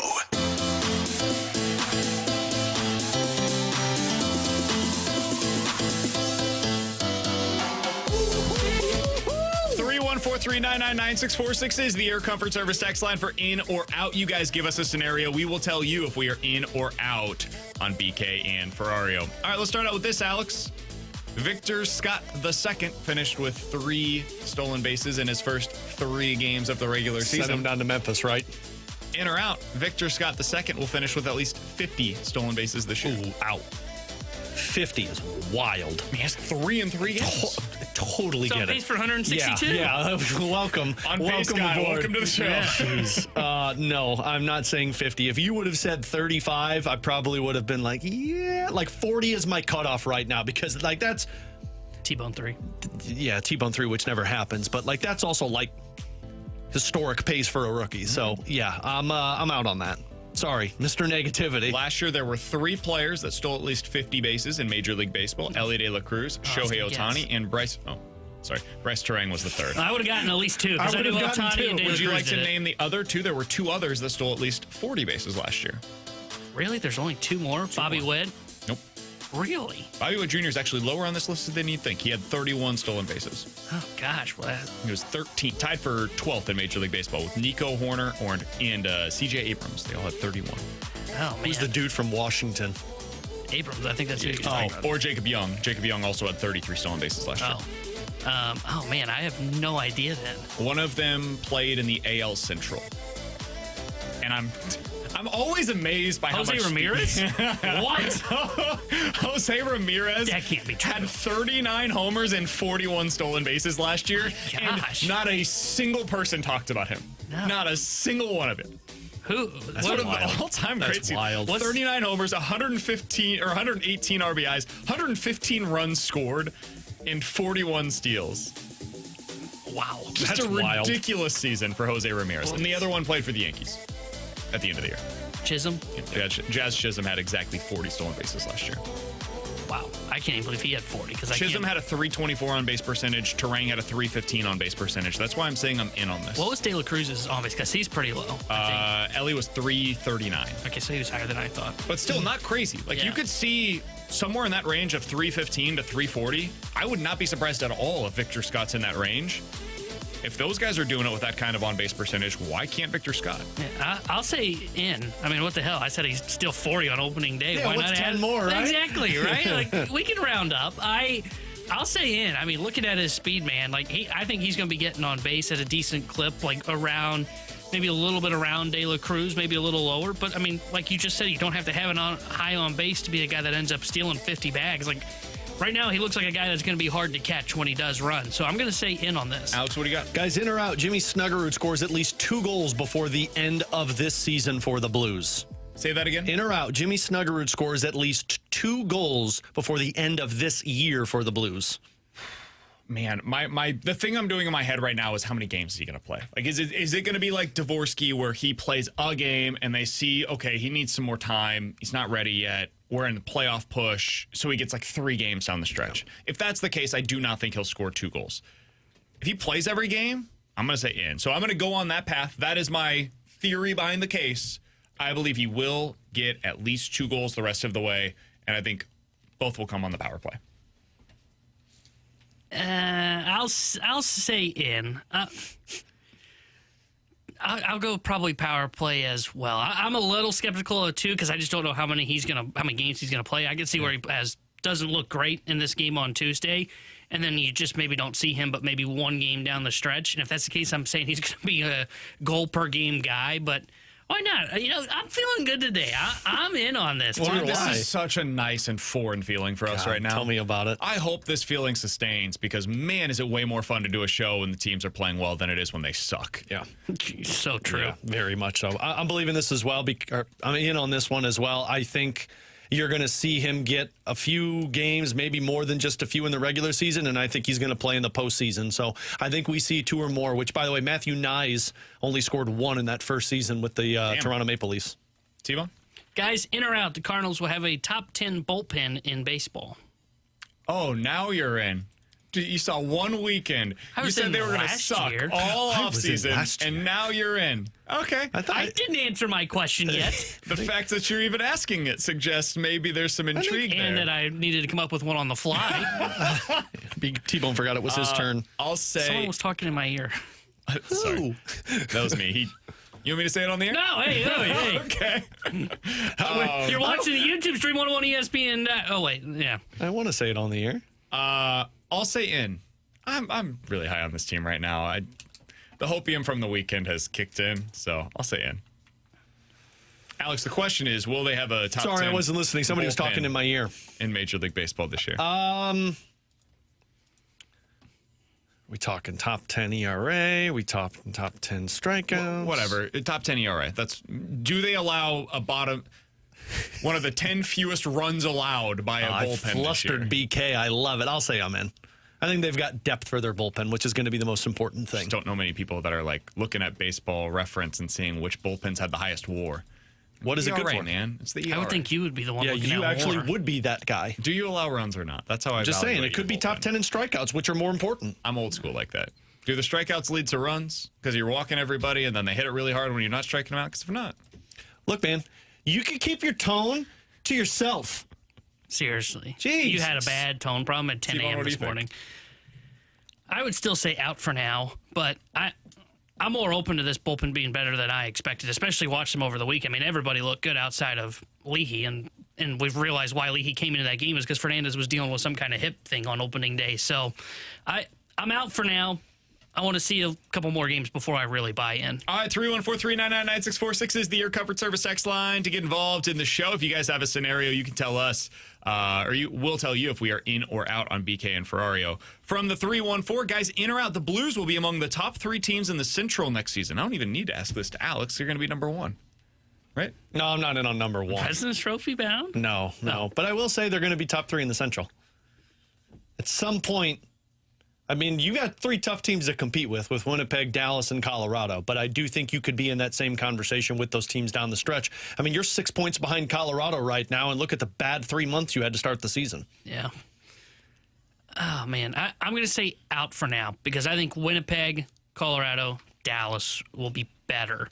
And it's just I want to see the Blues actually play well in the first 3 months. Yeah, you're not wrong. Because they keep saying all the right things of, we got to turn it on when we get to the start of a season, and they don't do it. So I'll say out for now, but they're closer to Colorado than I would have expected when the season started. I think they're chasing down 100 points next year. It's not crazy. No, I mean you're at 95 by this year. Yeah. I'll say in. Why not? I think they're at the beginning stages of whatever this window is going to be. So, yeah, I think they could be top 3 in the Central. I don't think that's crazy at all. In or out, the Cardinals' best lineup does not include Jordan Walker. I'm going to say out. Yeah, I say out on this. He looks good over the weekend. Yeah, I would say out for now as well, but... It's the best defensive option you have in right field. I don't know that I believe that. Yeah, I think your best defensive alignment includes Victor Scott in the outfield and it includes Michael Ciani. Newton left. I would go Walker because I think Walker's got that more powerful arm. And I think Scott can cover enough ground for you to where you don't need that. But I can understand the argument. And, I mean, I agree. I think he wasn't swinging at balls this time around compared to when we were talking about last year. Yeah, and, I mean... I know people are sick of hearing the hard hit rate, but I mean, he is mashing the baseball. It's just a matter of time before this Brant Brown impact actually affects him. Yeah, I'm going to say out for now, but I can see the potential of, hey, if he gets back to chasing after that stuff flowing away to where there is a real conversation. I mean, Walker and Gorman played well over the weekend.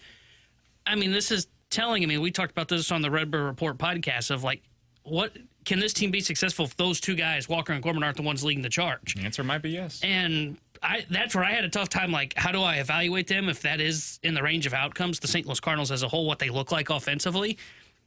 And to your point, yeah, this weekend we saw they can still have success, and those guys weren't the storylines coming out of the weekend. All right, last one here, guys. In or out, one of the men's Final Four games will have a double-digit margin. One of the teams will win by at least 10 points in the Final Four. I'm going to say in. I don't know who it's going to be, but one of Duke or Florida is going to win by double digits because that's how dominant they've been. It's been a tournament full of large margins of victory. I think the team more likely to win by double digits is Duke because I think there's a chance Houston just can't keep up with them offensively. I think Duke will do well against that defense. Houston has an unbelievable defense, but if anybody can break it, it's Duke. I think Florida and Auburn is relatively close. Auburn's injuries maybe scare me a little bit, but I think Duke is the one that is more likely to win by 10 plus. Yeah, I'm going to say... I'll say in. I do think somebody will. I'm in as well. I think it's more likely Florida's the one that wins by double digits because of those injuries that you're talking about with Auburn. They're beat up right now at the worst possible time. So I'll say in. I think you will see Florida do it. All right, he's Alex Estebon on BK. If you guys want to get involved in the show, 314-399-9646 is the Air Comfort Service X line to do so. You can check us out on YouTube as well, youtube.com/101ESPN STL. Almost 300 people watching over there. Very lively chat over at youtube.com/101ESPN STL. In the 1 o'clock hour, we also want to hear from you via the mic drop feature. The Scott Lee Heating mic drop feature is on the 101 ESPN app. Did this weekend at all change your outlook on the Cardinals? Did it make you think they're going to be more fun to watch than you expected? Or do you still have the exact same reservations as you did at this point last week? We want to hear from you. Again, the mic drop features on the 101 ESPN app. We'll react to some of those as we go along here on BK and Ferrario. Coming up next, so the Blues are suddenly the best defensive team in the NHL. Huh? Yeah. We got some numbers to back it up here on BK and Ferrario.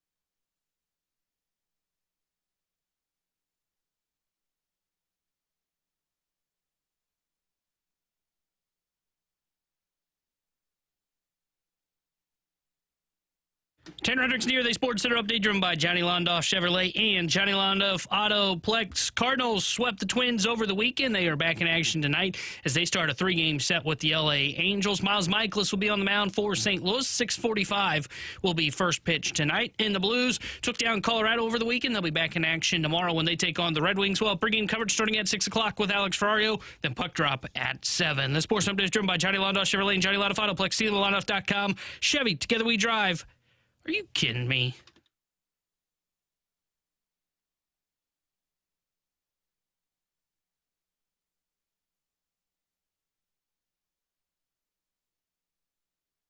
Alongside Alex and T-Bone on BK. So Mike Kelly of NHL Network tweeted this out over the weekend. I think he's going to join us later on in the week to give us the numbers breakdown on just how great the Blues have been since the Four Nations face-off. But this is on what they've done defensively.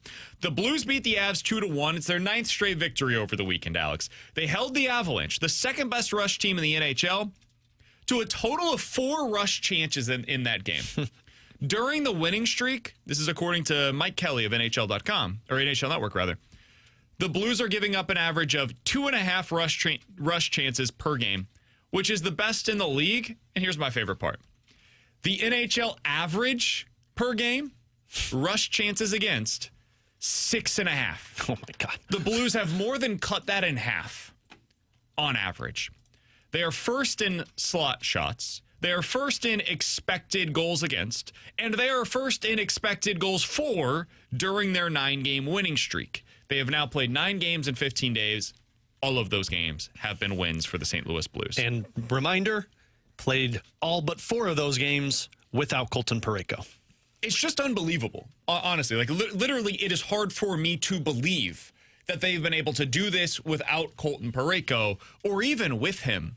But, Alex, we talked to Ben Bishop right after Jim Montgomery was hired, and he told us at the time, there is going to be one thing that you see that changes immediately with Jim Montgomery, and it is going to be, there ain't going to be any odd man rushes going the other direction anymore. That stopped the moment that Monty was hired in Dallas, and it has stopped now here in St. Louis.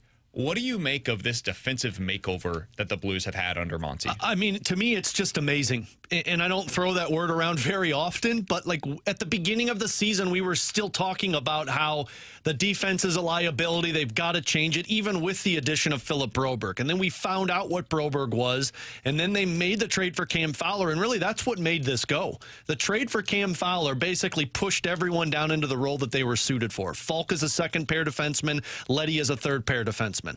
And that's what you've gotten. But to me, it's the system. This is why it works. Monty said this prior to Pavel Buchnevich coming back, and they asked him, what does it say about your team that they still win without Parayko and Buchnevich? And he said, you pluck one guy from our lineup, we've got 3 others that can do that. It is truly a pack mentality that has a system in place. And when you take a guy out, the system still runs accordingly. Like why Ben Bishop said that is because Dallas did the same thing. You've got 3 layers that you have to go through before you can get to Jordan Binnington or Joel Hofer. And when you take Parayko out, sure, you have a little bit of a setback because he's such a big guy that can make up for those holes. But if you've got the rest of the players that are playing above what they need to, now those holes are gone. So the system's in place, and it's why I think there's so much excitement moving forward. Because when the players know what they need to do, when they know what their roles are, when they know where they need to be, when they need to be there, and Monty does this at practices all the time. Man, if they run a drill and one guy is not in the spot he's supposed to be, Monty's banging his stick and he's saying, do it again, do it again. I mean, it's Herb Brooks from the movie Miracle. Again, because they got to make sure they're perfect.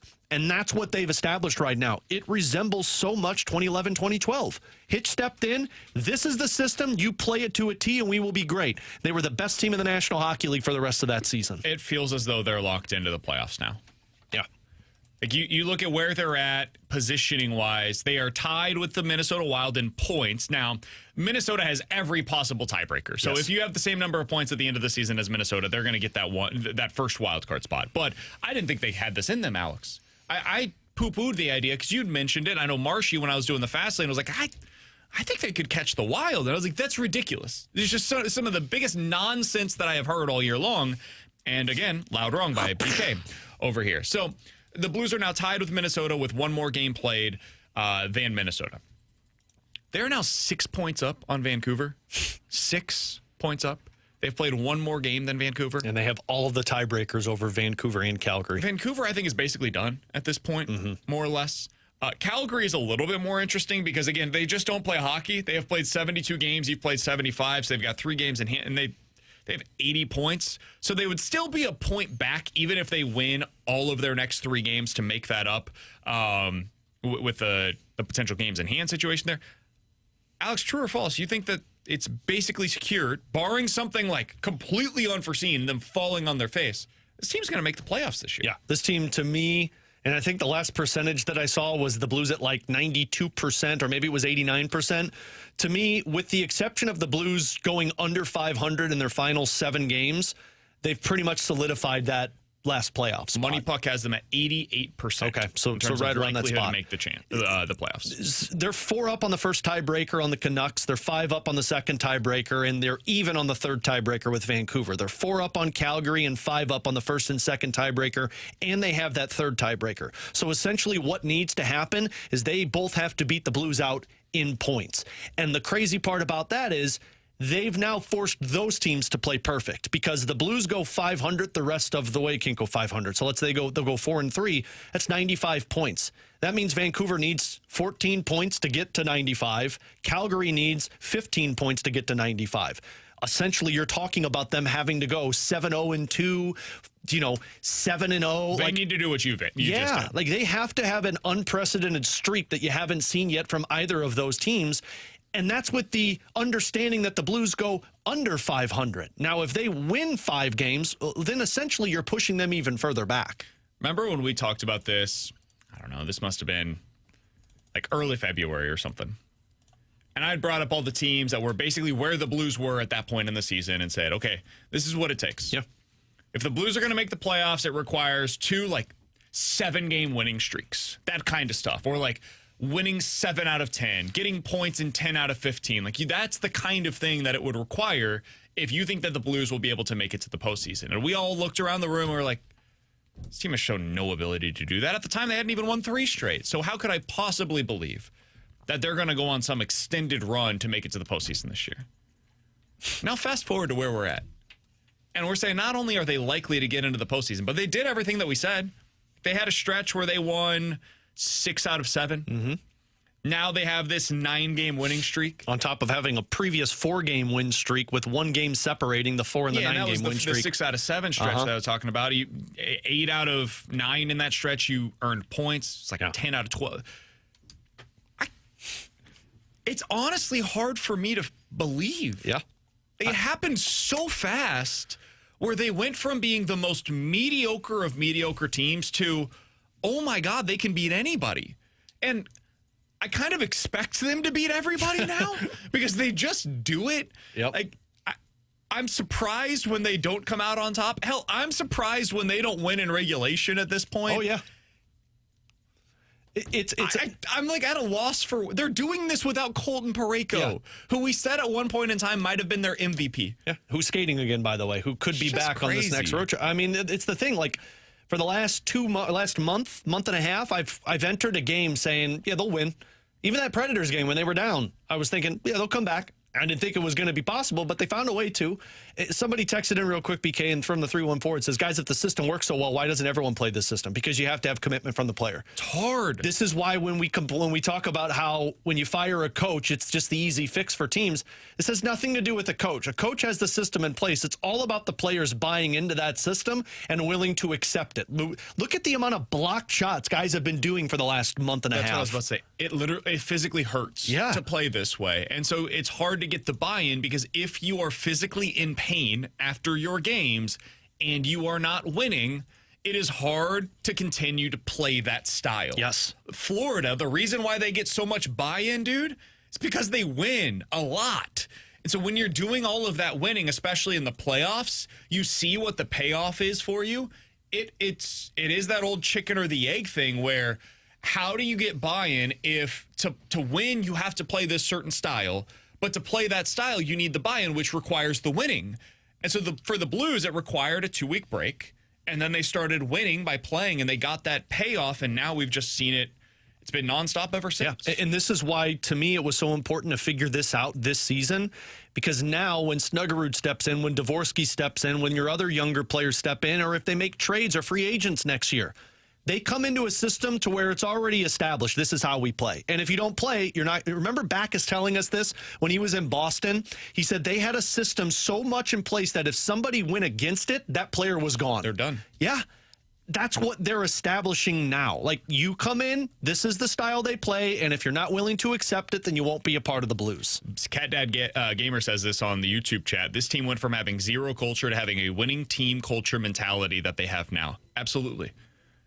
We had talked for 2 years about how they had lost their way. Hell, Doug Armstrong said this in an interview today with Pierre LeBrun, which posted over at The Athletic. He said, listen, we lost our way for a couple of years, but now we feel like we have that pack mentality back in our room. Right.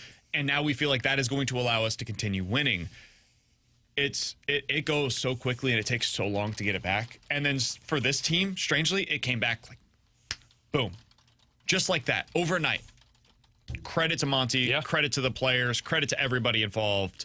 It's been about as much fun as I've had watching a team in any stretch. The 2019 streak for the Cardinals was amazing. Same thing was true, or 2021, rather. Yeah, 2019. Same thing was true for the 2019 Blues, what they were able to do there. Yeah. We've had some really special moments in this town. This is one of them, man. This is going to go down as an all-timer for the St. Louis Blues. And it's why I'm so excited for the playoffs. And it's like 2021, we were excited, but we were like, hey, I mean, you aren't the best team on paper, right? Dom had all of those advanced analytics that pointed out. This one right now, no matter what advanced analytics you're looking at, they're not surprising people. They're playing a style that other teams are probably thinking, how the bleep are we going to handle this? Yeah. You have to it's an endpoint game.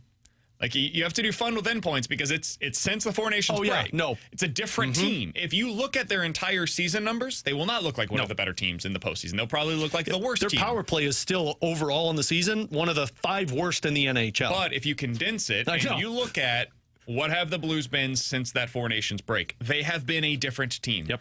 If you stripped the name from it and you said, here are the numbers, who is this team? It would look as though you're looking at the Florida Panthers instead of what you're actually looking at, which is the St. Louis Blues. I'm so glad you said that because I mentioned this on Postgame Saturday. Remember that after that Boston series a couple of years ago when the Panthers beat Boston? And it was the year that they lost in the Stanley Cup final to Vegas. But after Boston, they asked Matthew Tkachuk, what's happening right now with Florida? He said, we've been playing playoff hockey since January, and it's going to be real tough for a team to take us down. 100%. That's what this team has been doing. Playoff hockey since February 22nd. It's just hard to it's so hard to sustain. And it was my biggest question is, will there be a and it felt like there was. They did seemingly have that against Nashville and Chicago, and then against Nashville again. And then they got back up for that game on Saturday. So credit to them. He's Alex S. T-Bone on BK. Junk Drawer coming up next.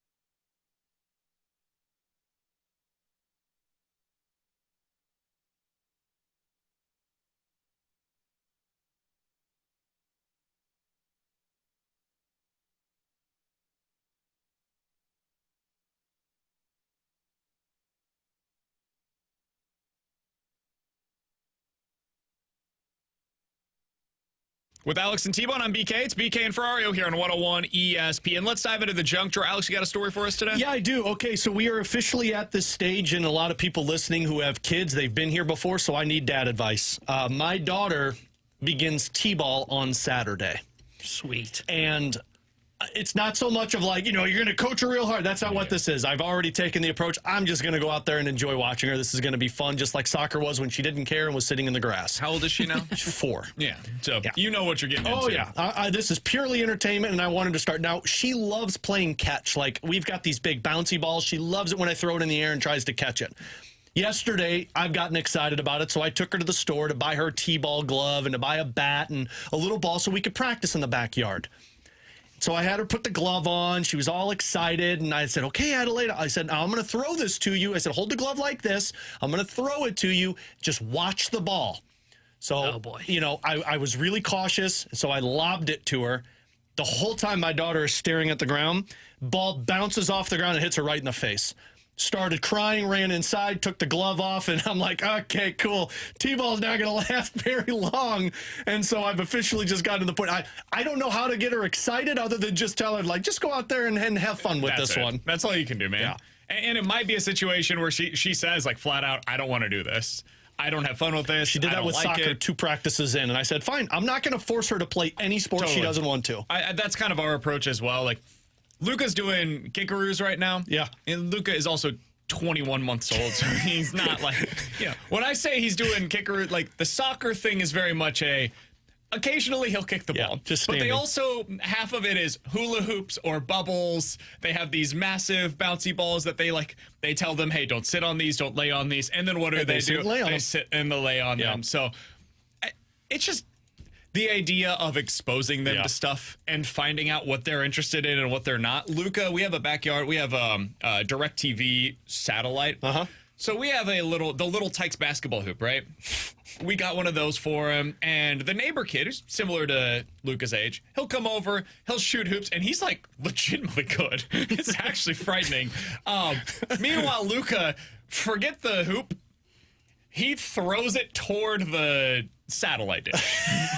That's his idea of what it should look like. Looks like a basket. Basketball. I get it. But instead of throwing it toward the satellite dish, it ends up going like backwards behind his head half the time. So yeah, it's a losing battle. You know that going. I just said the whole time I was just telling her, I'm like, okay, Adelaide, like, just keep the glove up. I said the glove's gonna make sure the ball doesn't hit you. I said you gotta watch the ball though. I said because wherever the ball goes, you got to get underneath it. The typical like parent talk of understanding. Stared at the ground the whole time, and then it hits her, and she said, and ran inside. And Katie's like, what happened? I'm like, well, the ball hit her. She goes, did you throw it at her? I'm like, no. And then, the tag was still on the glove, and Katie goes, why don't you take the tag off? I said, why do you think? Let's wait a couple of weeks and see what she thinks before we worry about the tag coming off. This is actually really good advice from the 618. They said, show them a video on YouTube so they can see it before they go out and do it. Yeah. That's a really good approach. We have Luca. Luca has not really watched much baseball because the season hasn't really begun, so this week was his first real exposure to it. So we got him a tee and a bat and a ball recently, right? Now, this is T-Bone. It's all plastic. Why'd so you? Just make it I knew what you were referring to. Just make it a little Tykes version. So I would hit it. It doesn't go super far, as you guys know. And then Luca goes in, instead of hitting it like it's a baseball bat, he's using it like a pool cue. Just like poking it off. Oh, yeah. I'm very concerned about Adelaide at T-ball with a bat because, like, she doesn't drop the bat. She carries it with her wherever she runs. So, like, we put bases in the backyard, and I'm like, okay, it's like when you hit the ball, you run. She hit it, stood and stared, and then just took the bat and just started running and making it a sword. I'm like, okay, cool. Somebody's going to get hit in the face. Somebody else on the text line said, better question. How bad of a throw did you make to have it bounce and hit her in the face? So I didn't realize that T-balls, like, I haven't played T-ball since I was like 5. They're soft. They're soft and they're bouncy. Yeah. And so, like, I didn't realize it bounced. I kind of lobbed it to her, and it was a soft toss. She was standing. So you're like, the problem. Yeah, maybe. Was it high? Did you throw it high in the air? I had it not super high, like high enough to where she had to look up at catch. it. Yeah, huge pop-up on the infield. The problem was she wasn't watching, and so when it landed, it boom, and then right at the face. Somebody else on the text line said, show them some videos of some highlights of your athletic career, so that way they can see how to do derby? it. Is that on YouTube somewhere? What exactly would you say would be a video highlight of your career, Alex? A video highlight of my career? Mine would have been 5 seconds long. 5 seconds. T-Bone would have the greatest highlight video of his athletic career. I mean, Mr. Olympic Gold over here. I think there's a video from when I qualified for state somewhere. I mean, my house. Mine would be like, I was good at basketball in 8th grade. Sure, exactly. We won one jump shot won a division championship in 8th grade in a Lutheran high school or a Lutheran grade school group of schools. So you want my athletic career, there it was. He's Alex, that's T-Bone, I'm BK. That might be just enough. Coming up next, Victor Scott has a lot more highlights from this weekend, certainly, than we do from our entire athletic careers. We're going to talk about his start and really what this means for the Cardinals moving forward. Coming up next here on 101 ESPN.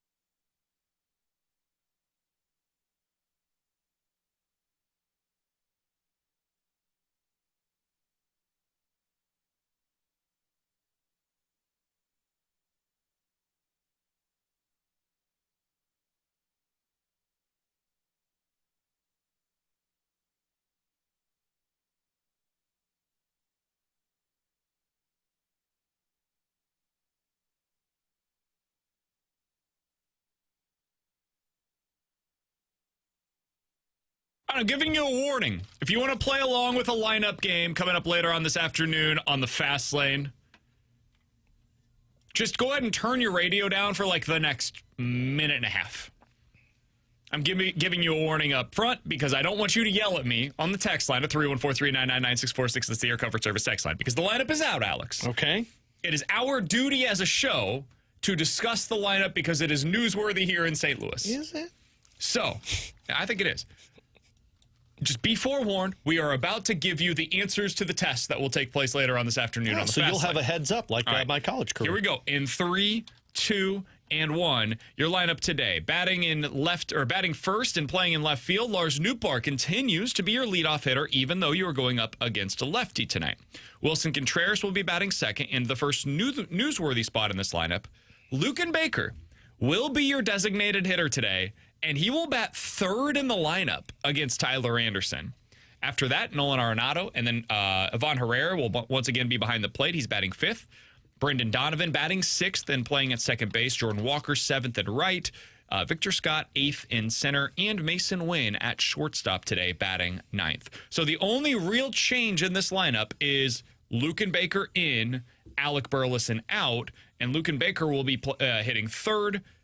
Brendan Donovan slots down to 6 because you're going up against the lefty. Ivan Herrera bumps up to 5th in the lineup going up against that lefty. That is a ton of right-handed hitters, 2 through 5. I like it. I think it's smart. Yeah. You can also, whenever you get a potential right-handed pitcher into the game, hey, that's the spot in your 3-hole that you can plug in either, depending on the pitcher that comes in and how they profile, Nolan Gorman or Alec Burleson in that spot as a pinch hit situation. What do you guys make of the lineup? First time that we've seen it against a lefty this year. I mean, I like it. Would I have preferred an Ivan Herrera in the 3-hole over Luken Baker? Sure, but I mean, look, you're not touching anything else with the exception of putting Luken Baker in there in the 3 spot. So I think it's a smart way to go. You're loading up with righties against a left-handed pitcher, and honestly, like Luken Baker with all of the power, if you can make contact, it's not a bad player to have in a DH spot in the 3-hole. So I like it. I think this is the proper approach by Oli Marmol. Yeah, I don't mind going with Luken Baker in that 3 spot against lefties because, I mean, you look at his numbers last year. Now, small sample size at the big leagues.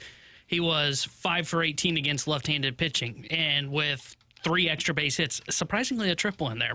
But 3 extra base hits in that, had an over 1,000 OPS, and then I look at what he did in the minors against left-handed pitching last year, and he matched left-handed pitching, 1,000 OPS at AAA. So if they believe that Luken Baker is hey, this is going to be a bench guy for us, and they're more than willing to play to that role, but he gets starts against left-handed pitching, I don't mind throwing him in the 3 spot and see if he's a guy that this mashing at AAA will continue to the big league level. I get myself into trouble because I say stuff like this, and people are going to be like, oh, you're comparing him to Albert Pujols. No, I promise you I am not. You're Mo.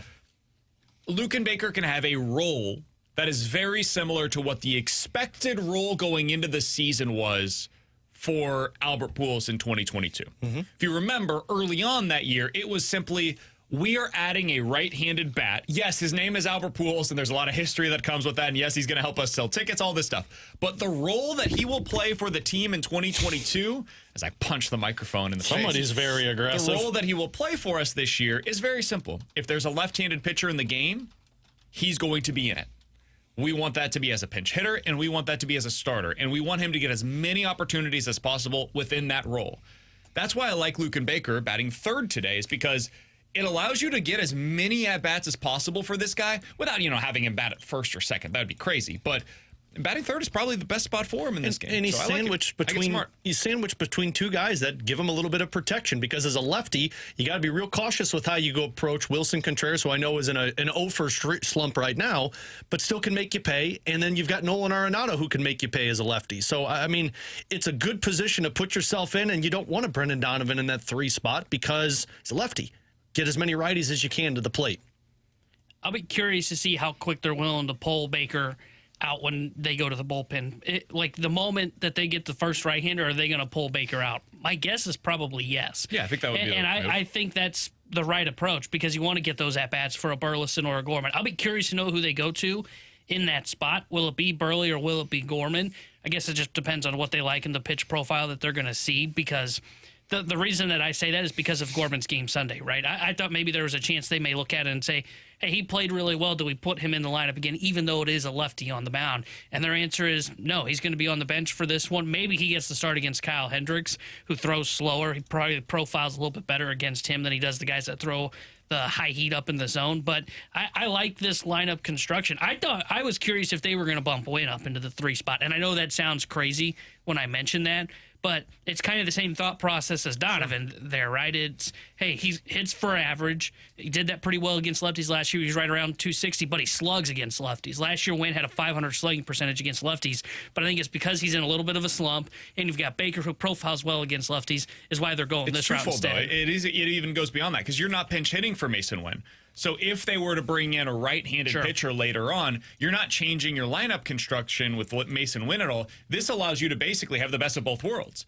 Hey, if you bring in a righty, good luck, because we've got Alec Burleson or Nolan Gorman coming off of the bench. So our 3-hole effectively becomes, regardless of handedness of your pitcher, they have like a 800 OPS against that handedness of pitcher in that spot. You still have Burleson too. Yeah, for sure. One of those two guys, whether it's Burleson or Baker, or if you've got a guy that comes in and he profiles better for Gorman, cool, go that way as well. If you're down by a run and you need that thump, you got 2 outs or whatever, yeah, in that spot specifically, go to Nolan Gorman for the potential of him hitting one out of the yard. I think it's a really smart lineup construction. I think so far, it's 4 games, it's a really small sample size. So far, Ollie has done a really good job of navigating what could have been some pretty significant pitfalls. Like, for example, today, it would have been easy for somebody to put Nolan Gorman back out there after the day that he had yesterday. I think it's smart to stick with your approach. Nolan Gorman, this is your role for us, man. It stinks. It's not what you expected it to be. But when you get your opportunities, you got to make the most of them. And that's going to be best for you. It's going to be best for the team. We need you to buy into this. It will help everybody involved if you're okay with, hey, once out of every series, you're going to start. That's it. It's not going to be the easiest role in the world, but this is what we need out of you. Same thing for Luke and Baker. Hey, man, you've got a very specific role. Go out there and be great at it. So if they can stick with that and guys buy into it, not always an easy part of this, they can make this thing work. And again, it's 3 games, but right now it's been easy for Ollie, right? And the reason I say that is not one of those young guys is going through it. That's when the real test begins, especially if you've got a Gorman that continues, if he is in this bench role and gets 1 start out of every 3, if he continues to play well, how quick do you start to see Ollie kind of get the trigger finger and say, okay, well, Scott's not hitting, so now we go more of that Newbar in center lineup. That way we can get at-bats for Nolan Gorman. We got this. 314-399-9646 is the Air Comfort Service X line to get involved in the show. We'll talk more about Victor Scott coming up here in just a moment. He's one of those young guys that has certainly taken advantage of his opportunity from the 3-1-4. Guys, there was also a City match on Sunday. Are you going to talk about that? City lost. They didn't score. It's been the theme of the season. Coming up next, Victor Scott has more than earned his spot. We'll talk about it here on BK and Ferrario.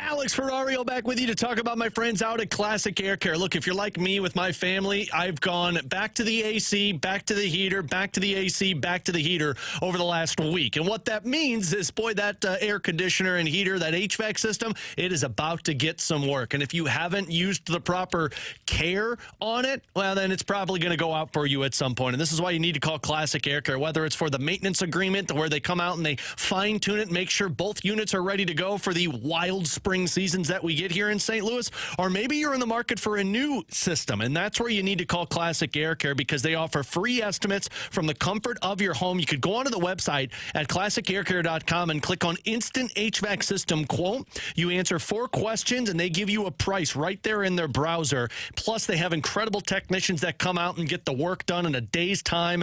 It's really useful to have a company that's able to take care of your system when you need it at the most, like these wild a couple of seasons that are coming up. So give them a call today or schedule online. Just tell them Alex Ferrario sent you. That's Classic Air Care and classicaircare.com.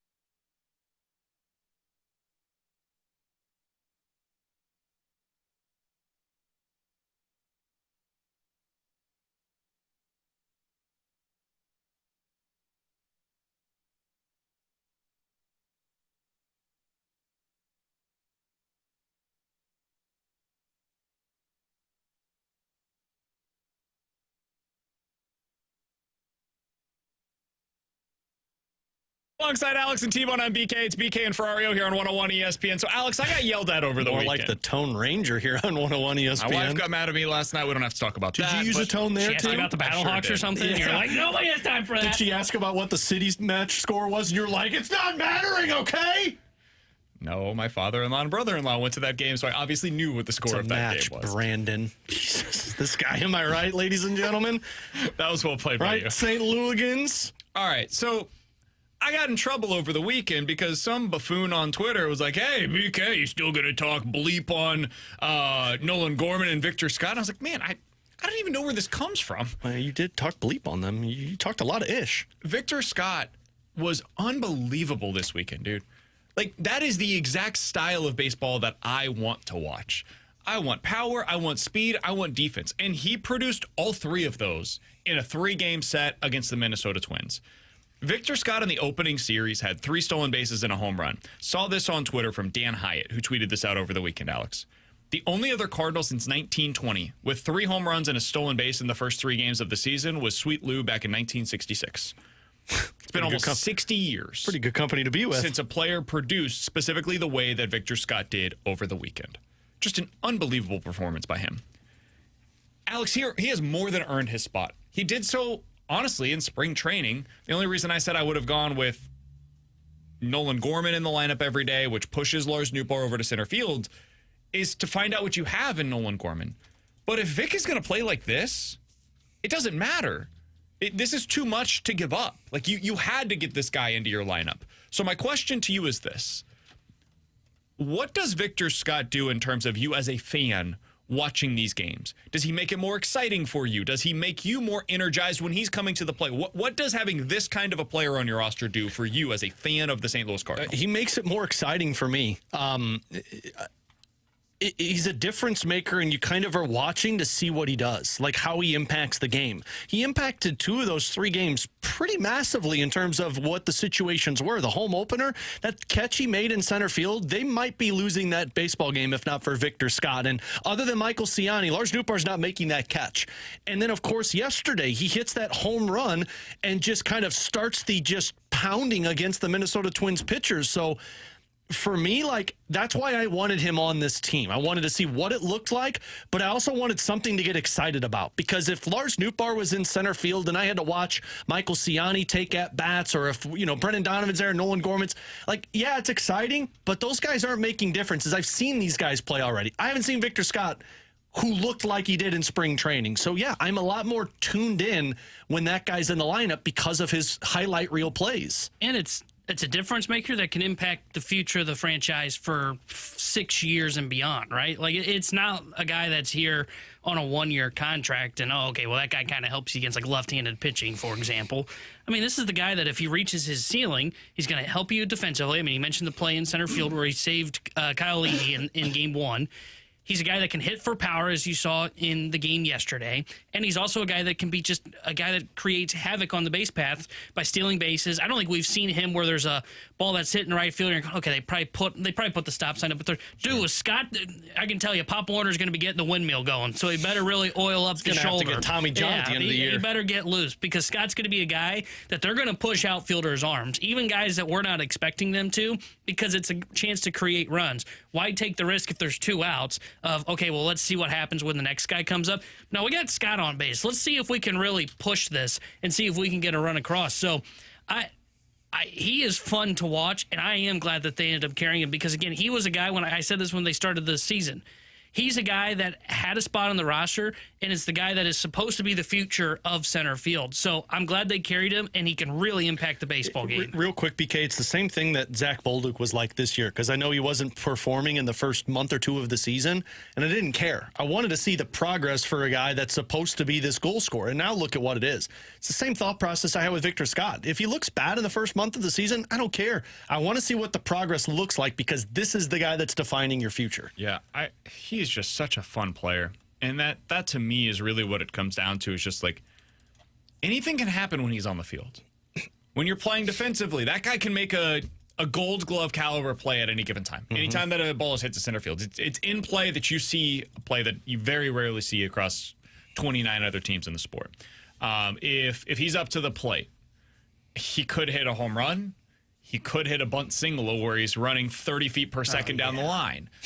If he is on the base paths, he could steal second, or he could have a hit and run on, and now suddenly he's on third with a slowly hit single on the right side of the infield. Like everything is in play when this guy is on the baseball field. And I think that's what a lot of Cardinals fans have been frustrated by in recent seasons, that you don't have many of those guys. Like for a lot of the guys on the team, it was very specialized of, I know what Gorman's going to do. There's 2 outcomes here. He's either going to hit a home run or he's going to strike out. And more often than not, it's going to be the strikeout.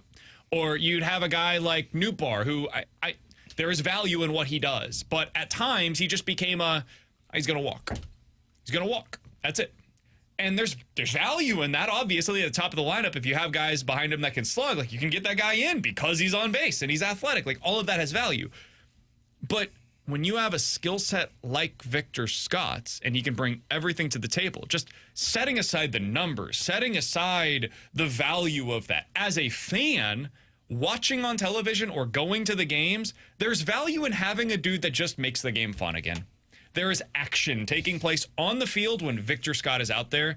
And in baseball, especially over the last 5 years, there's been a lack of action. With Cardinals baseball especially, they have really severely lacked that action. Who's the last Cardinal that could bring that to the table? Probably Tyler O'Neill. When he was right that season, he was the closest thing to it. Yeah, but even did he have a ton of stolen bases? Like I felt like he was just a power hitter that year. I feel like he had like 15 that year. I'll have to go look it up. And exactly he was at. That would have 15 stolen bases, and that would have been good in 21 because the bases hadn't been expanded. Now that's kind of like, oh man, pick up the speed, T. O'Neill. 35 home runs, 15 stolen bases, 90 runs scored that year. And what the reason I would push back on him is because like there wasn't much of a swagger to O'Neill. Like, when you think of the most recent Cardinals that have been, and I'm not saying Scott's going to become a face of the franchise, but who are the most recent Cardinals that have been exciting to watch, but also carry a little bit of a swagger? I think Wynn had that to an extent last year. But outside of that, like Paul Goldschmidt, I loved watching Paul Goldschmidt. No offense to Paul Goldschmidt, kind of boring. Contreras had that when healthy last year. Yeah. He has that swagger to him. But I mean, there's some part of the fan base that didn't like Contreras because of kind of the defense that would have been kind of put on him. There is a blemish on the resume for a lot of these players. Like for Tyler O'Neill, by the time he did become the player that I'm talking about, he had already grown tired. His act was tired in St. Louis because he got hurt so often, and people didn't view him as being tough. It was too many muscles, not enough like on-field ability, right?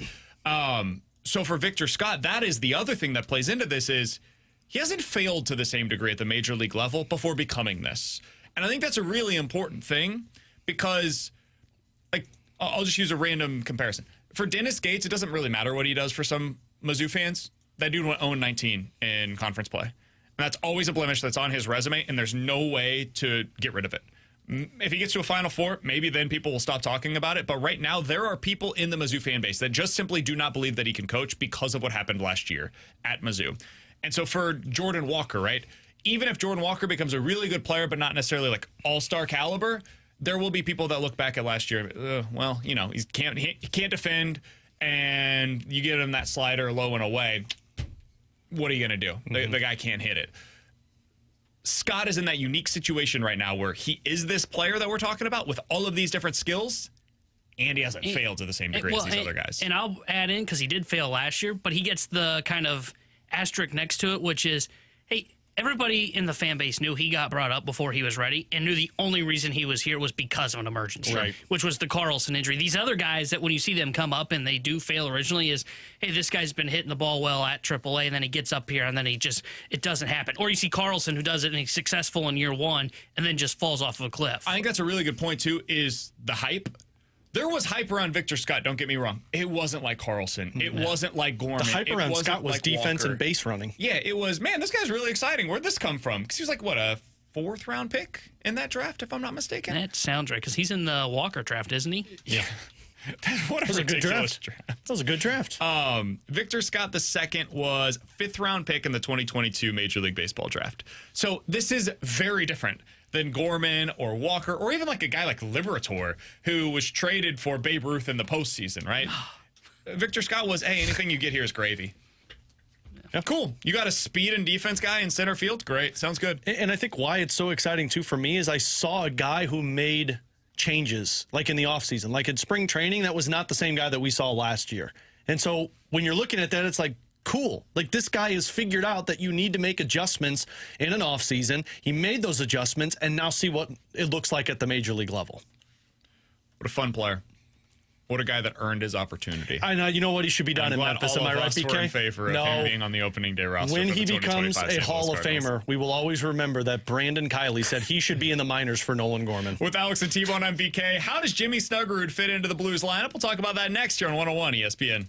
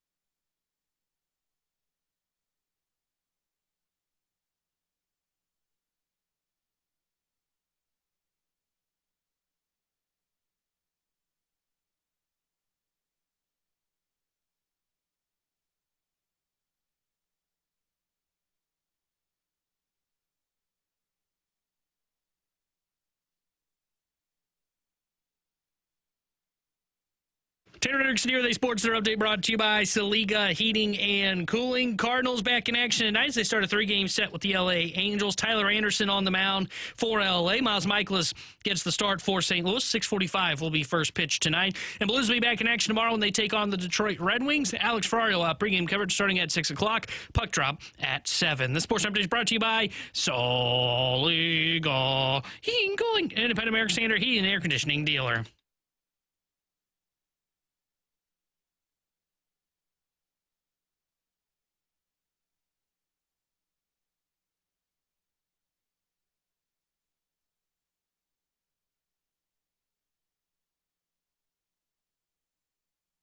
Three 314-399-9646 is the Air Comfort Service text line to get involved in the show. YouTube chat is off and running today. YouTube.com/101 ESPN STL. Snuggerud in the lineup tomorrow night. That's the expectation for the St. Louis Blues. Alex, he was asked by Jeremy Rutherford about the decision to turn pro, something that people wondered openly, is this going to happen? He said, quote, I have that winning mentality. I want to be by their side when they win hockey games. That was the most important thing for me making this jump, just knowing that the mentality is hockey, hockey, hockey. You're here to win hockey games, end quote.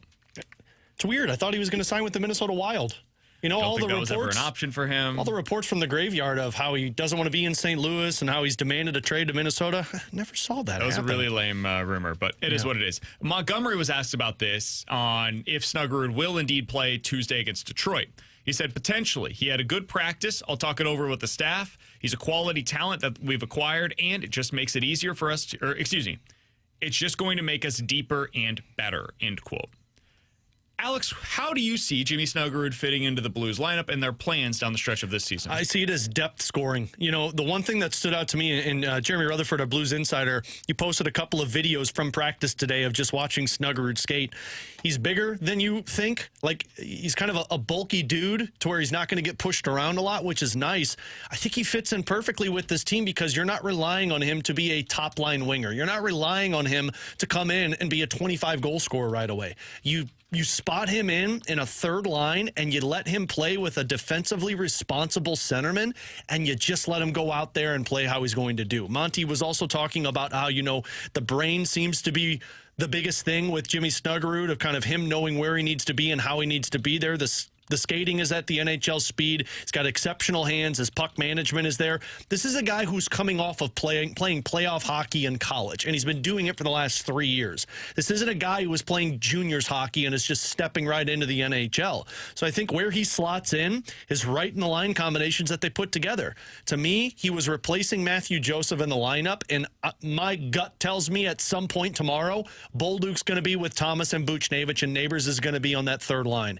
And I really think you're going to see some good chemistry, because what makes goal scorers that much better in the NHL when they have net front presence wingers around them. And that's what Jake Neighbors is. If you move the puck effectively, if you can forecheck and not make the bad decisions with the puck on your stick, meaning the no-look backhanded passes and things like that, that's where you fail as a winger. I think Snuggerud's going to fit right in like a glove with this, to where he goes in, he skates the routes and the scheme that Jim Montgomery wants, and he puts himself in position to score hockey goals. Blues back in action tomorrow against the Red Wings. That's a home game. Pregame starting at 6. Puck drop at 7 o'clock right here in your home of the Blues, 101 ESPN. By the way, Puck Cancer, the second shift charity hockey game, is Friday night at the Centene Community Ice Center. You can tune in this Friday afternoon to hear the Fast Lane. They will be broadcasting live before the game from 2 to 6 o'clock from the EMB Granite Studios out at the Centene Community Ice Center. Tickets on sale right now. It is the second annual Puck Cancer game. See the St. Louis Blues alumni face off against the Chicago Blackhawks alumni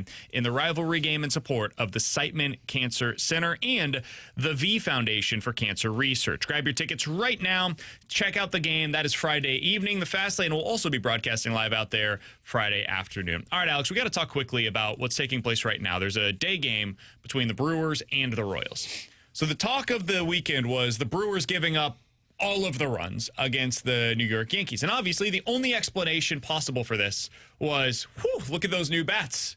Yankees' new bats. Better watch out. We're in the middle of the second inning. The Royals are taking on the Milwaukee Brewers, and the Royals are up 4-0 right now. They scored 3 in the first and added another via a homer in the second. So what you're saying is they have the Yankees bats? What if the Brewers are just bad? It's 4 games. Just like with the Cardinals, it's only 3 games. You don't have to make all of your judgments this early in the season. However, you could have had a better start, I would say, than starting out the season 0-3 and being down 4-0 in the bottom of the second inning against Kansas City Royals in your 4th game. What is going on? T-Bone said it. Your pitching has not lived up to the expectations. But, I mean, to your question of what happens if they're bad, it becomes a 2-team race in the NL Central with the exception of maybe one that could sneak in like a Cincinnati Reds or a Pittsburgh Pirates. But now it becomes you and the Cubs. And I thought the 2-team race was going to be the Cubs and the Brewers, and the Cardinals would be that team that could sneak up on you. No, I think it's then now Cubs and Cardinals. And look, Cubs have the better roster, but I told you guys in the office, like, they haven't performed well in the last couple of years. I know they made a ton of adjustments, but to me, you still have to play like a team that can get to the playoffs. One guy doesn't change that.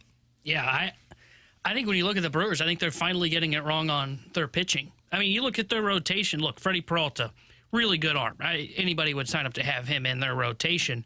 But then you look at what else they've thrown so far. Some guy named Elvin Rodriguez was the starter today for the Milwaukee Brewers. He's a guy that was bounced around. Like, he's been with Tampa. He's been with Detroit. This is his 3rd organization in 4 years. So that tells you, okay, so a lot of teams don't really value this guy. And Milwaukee's thrown him as their 4th starter. And then you got Nestor Cortez. I mean, and Aaron Savali. I mean, those guys aren't great pitchers. Like, you look at those guys and you say, okay, especially Cortez. Cortez has really been on kind of the downward spiral. I mean, Cortez had a 3.8 ERA last year, man. Yeah, but I think when you look at Cortez, he doesn't throw hard. Like, at some point, his stuff is going to go. Sure. And in a ballpark like Milwaukee, I would really worry. I mean, I guess Yankee Stadium's a hitter-friendly ballpark. That's what I was going to say is both Nestor Cortez and Aaron Savali last year were mid-3 ERAs guys. These aren't just some Joe Schmo that has never played at the big league level, that has 0 track record. I mean, these are decent pitchers, historically speaking. And, I mean, you look specifically about Cortez, that guy better be good. Yeah. He was the primary piece that you acquired in return for the number 1 closer that was available on the market this offseason. So you damn well better have gotten that one right. Otherwise, dude, that is a huge miss by them. So I think they're going to end up being fine. I do think what you're seeing, though, is that there are real cracks here. This team is not maybe what we thought it was coming into the season, and I always give them the benefit of the doubt. They have earned that at this point in time. They were doing the Cardinals-y thing where they continue to cycle through players and they just bring up new ones that are really good behind them. Eventually, though, and this is why it's really hard to beat the Tampa Bay Rays, sometimes you miss. Sometimes it's just not your year, and for the Rays, when it's not their year, they'll say, all right, flip the script, and in the next season, this happened last year, you just trade everybody. Like, we'll get to the next crop sooner than we expected, and hopefully it goes better next time around. I don't know that the Brewers can do that. So we'll see what it looks like. It's only 4 games, but yeah, they're down early already, 4-0 against the Kansas City Royals, and their pitching has been a disaster through the first 3 games of the season. Yeah, the Savali one, I mean, you mentioned he got it righted when got traded to him because they acquired him from Tampa, and Tampa had a 5 ERA. I look at their rotation, man. I do not think that's a good rotation. And I get it. Cortez was fine last year for the Yankees. I think they've missed on their pitching. Now, we'll see. I mean, everything can get righted, but there's a difference from, hey, we just got swept to start the season to we just got destroyed and got swept to start the season by the Yankees. Double-digit runs in 2 of the games. Yeah, and like this is a kind of a tell. Now, we'll see what happens when they play more of a middling team because the Yankees going to be a team that's going to contend for the AL East. The Royals should win the AL Central. We'll see what happens as they go along in their schedule. But, that is a major alarm that is sounding off in Milwaukee right now. And if that is the case and they aren't going to be a team that contends for it, I mean, yeah, I think you're right, Alex. I think it's a 2-team race. It's the Cardinals and potentially the Cubs. Please don't look at the Twins score right now. No, I want to look now. Now I have They're playing the White Sox. Oh, believe me, I already saw it. Oh, I haven't. What are they killing the White Sox? Should I feel? Oh, no. Yeah. Yeah. No, they're very much not killing the White Sox. Well, the good news, though, is the Cardinals are still playing a bad team for the next 3, so it does give you a little hope. You don't have to worry about realistic views until you get to the weekend when you take on Boston. Yeah, it's 8-0 White Sox in the bottom of the 2nd inning. Maybe the White Sox are a juggernaut. The Minnesota Twins. Maybe. Maybe the White Sox are a juggernaut. And they lost 2 of 3. Oh, man. Wow. They lost 2 of 3 to the Angels. Yeah. Oh, God. Yeah. They're going to lose 2 of 3 to the Angels now, aren't they? Chris Paddock. Oh. He got rocked in the first inning. So 8-0. So what you're saying? It's a Paddock problem, not a Twins problem. The Twins are a really good team. They just had a really bad pitcher on the mound today, and you didn't see him. So actually, this speaks to how bad the Brewers are. The Brewers are just bad all around. The Twins, it's just today's starting pitcher that is the problem. Did you feel good BSing everybody that's listening right now? It was not. No? Because that was a circus act I know, right there. two of these Whites. How did they give up 8 runs to this team? Yeah, dude, it's not good. All right, coming up next, we'll hit the rewind, recap everything for you guys here on BK and Ferrario.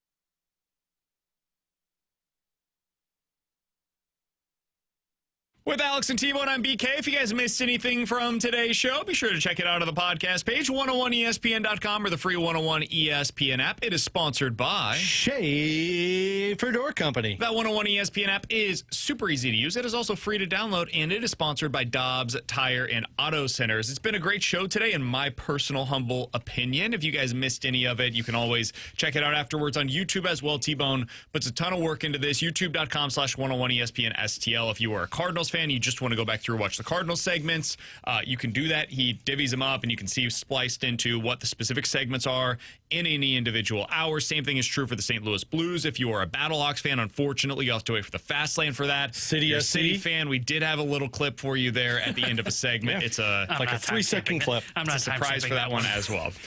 All right, Alex. Just in case somebody wants to go back and listen. To finish off the show today, we will begin with the Cardinals, who had a great weekend, start 3-0, and I don't know if you could have asked for really anything more. The pitching was good. The defense was excellent. The hitting was good, especially situationally. Brant Brown, at least through 3 games, appears to have had a positive impact on this team. What was your biggest takeaway from their 3-game sweep of the Minnesota Twins, something they have not done to open up the season since 2006? It was just the hope. I mean, it was the optimism. It was the offense. Like, I came into the season, we did this on opening day, where I really felt like this was going to be an unsuccessful season. I think I had them 12 games under 500 in their first 31 games of the year. And after watching what they did against the Twins, as BK mentioned earlier, don't go look at the White Sox score right now. Nope. They're only down 8. There is a lot of optimism with these young guys. This wasn't Wilson Contreras and Nolan Arenado doing all the damage over the weekend. It was Herrera. It was Victor Scott. It was Lars Nootbaar. It was Brendan Donovan. It was Alec Burleson. Those were the guys that you left Cardinals games talking about. And that is a refreshing feeling for a team that over the last 5 years, we've been exiting talking about the young players being like, man, they might have screwed this one up too. So there's a lot of hopium right now, which I'll give it a couple of more weeks before I start really investing in it. But right now it's exciting. Yeah, look, Brant Brown and the work that he did and the situational hitting, like you have to talk about it because it is different. It feels different. We'll see if it continues. The other thing for me, even when it wasn't like situational hitting with runners in scoring position, all those at bats felt hard for those pitchers, man. And maybe that's just the Twins staff doesn't have their stuff early on in the year. That felt real, though. That felt like, hey, they're willing to lay off. They're not going to chase, and they're going to force you into the zone. And when you do, then they're going to do damage. That's the kind of stuff that the Dodgers do so well, and that's what makes them so hard to go up against. And I'm not saying this is going to be the LA Dodgers lineup, but if you have an approach that is similar to them, you can really make this work with guys when you don't have but a superstar in your lineup. If you can do that with your 9 guys, 1 through 9, you're going to have a pretty good offense. It was impressive over the weekend, and today they're going up against their first lefty of the season. I will not give away the full lineup just in case the Fast Lane is going to do the lineup game today. However, you will see your first start by a big right-handed power-hitting DH, which will be fun to see for them in the lineup. Just gave it away, man. On the Blue side of things, Alex, another big win because it's all they do. 9 in a row now for the St. Louis Blues, the longest point streak for them since 2019. The Blues are now, just to put this in perspective, they're 2 points behind the Edmonton Oilers, who people think are a legit Stanley Cup contender. They're 4 points back of the Lightning and the Panthers, who, again, legit Stanley Cup contenders. That's where you've arrived right now. What was your biggest takeaway from their win against the Avs? And then I do want to talk a little bit about Jimmy Snuggerud after. Real quick, the takeaway from the Avs is just the way that they're winning these hockey games. Like, they've done it in 3 different fashions in their last 3 games. A wild card team that was in the same position as they were, and they blew them out of the water. A comeback victory against a bad team in the Nashville Predators. And you just went out against Colorado that had not lost a game on home ice since January 22nd. And the Blues beat that team in a playoff-like atmosphere. You can throw what you want at this Blues team, but they're finding ways to continue to win hockey games. Blues were on the ice earlier today for morning skate, and it was Jimmy Snuggerud who was taking reps with that third line. Bolduc, Sonny, and Snuggerud on the third line together at practice today. After practice, Jim Montgomery talked with the media, and if you're reading between the lines, it sure sounds like Jimmy Snuggerud is going to make his debut for the Blues tomorrow night against the Red Wings. You'll be able to hear that exclusively right here on 101 ESPN with pregame starting at 6, puck drop at 7. Alex, what are you looking forward to seeing from Snuggy and his role for the Blues down the stretch? I'm excited to see the shot from what we've been told, like this is, I think Curbs mentioned talking to somebody in the front office, he's TJ Oshie plus is how they framed Jimmy Snuggerud. So I'm excited to see the shot. What I will be watching is what he does away from the puck, because that's what's going to keep you in the lineup right now for this Blues team. You know the offense is going to be there. Everyone knows he's elite in that area. What do you do away from the puck? Are you making the right decisions? Are you forechecking? Are you playing good defensive hockey? Because if you are, you'll be a mainstay in the lineup. If you're not, you'll probably be in and out of the lineup. Final four is set. We'll talk about that as we go along here on BK and Ferrario this week. Cardinals back in action this evening. They'll be going up against Tyler Anderson, a guy that I always assumed would eventually be a starter for the Cardinals. Miles Michaelis making his season debut for the Redbirds. It's the Cardinals versus the Angels. Good seats available for a pretty cheap price on the secondary market if you're interested in going to the game tonight. Will be there. Ferrario, that starts at 6:45. Got dance tonight, man. We'll talk about that all tomorrow. Break it all down for you here on BK and Ferrario. For Alex and T-Bone, I'm BK. The Fast Lane's coming up next. We'll talk to you guys tomorrow at 11 a.m. here on BK and Ferrario. From the 314. Guys, there was also a City match on Sunday. Are you going to talk about that? City lost. They didn't score. It's been the theme of the season. Coming up next, Victor Scott has more than earned his spot. And only the best sports highlights. Home runs, slam dunks, touchdowns, and no soccer.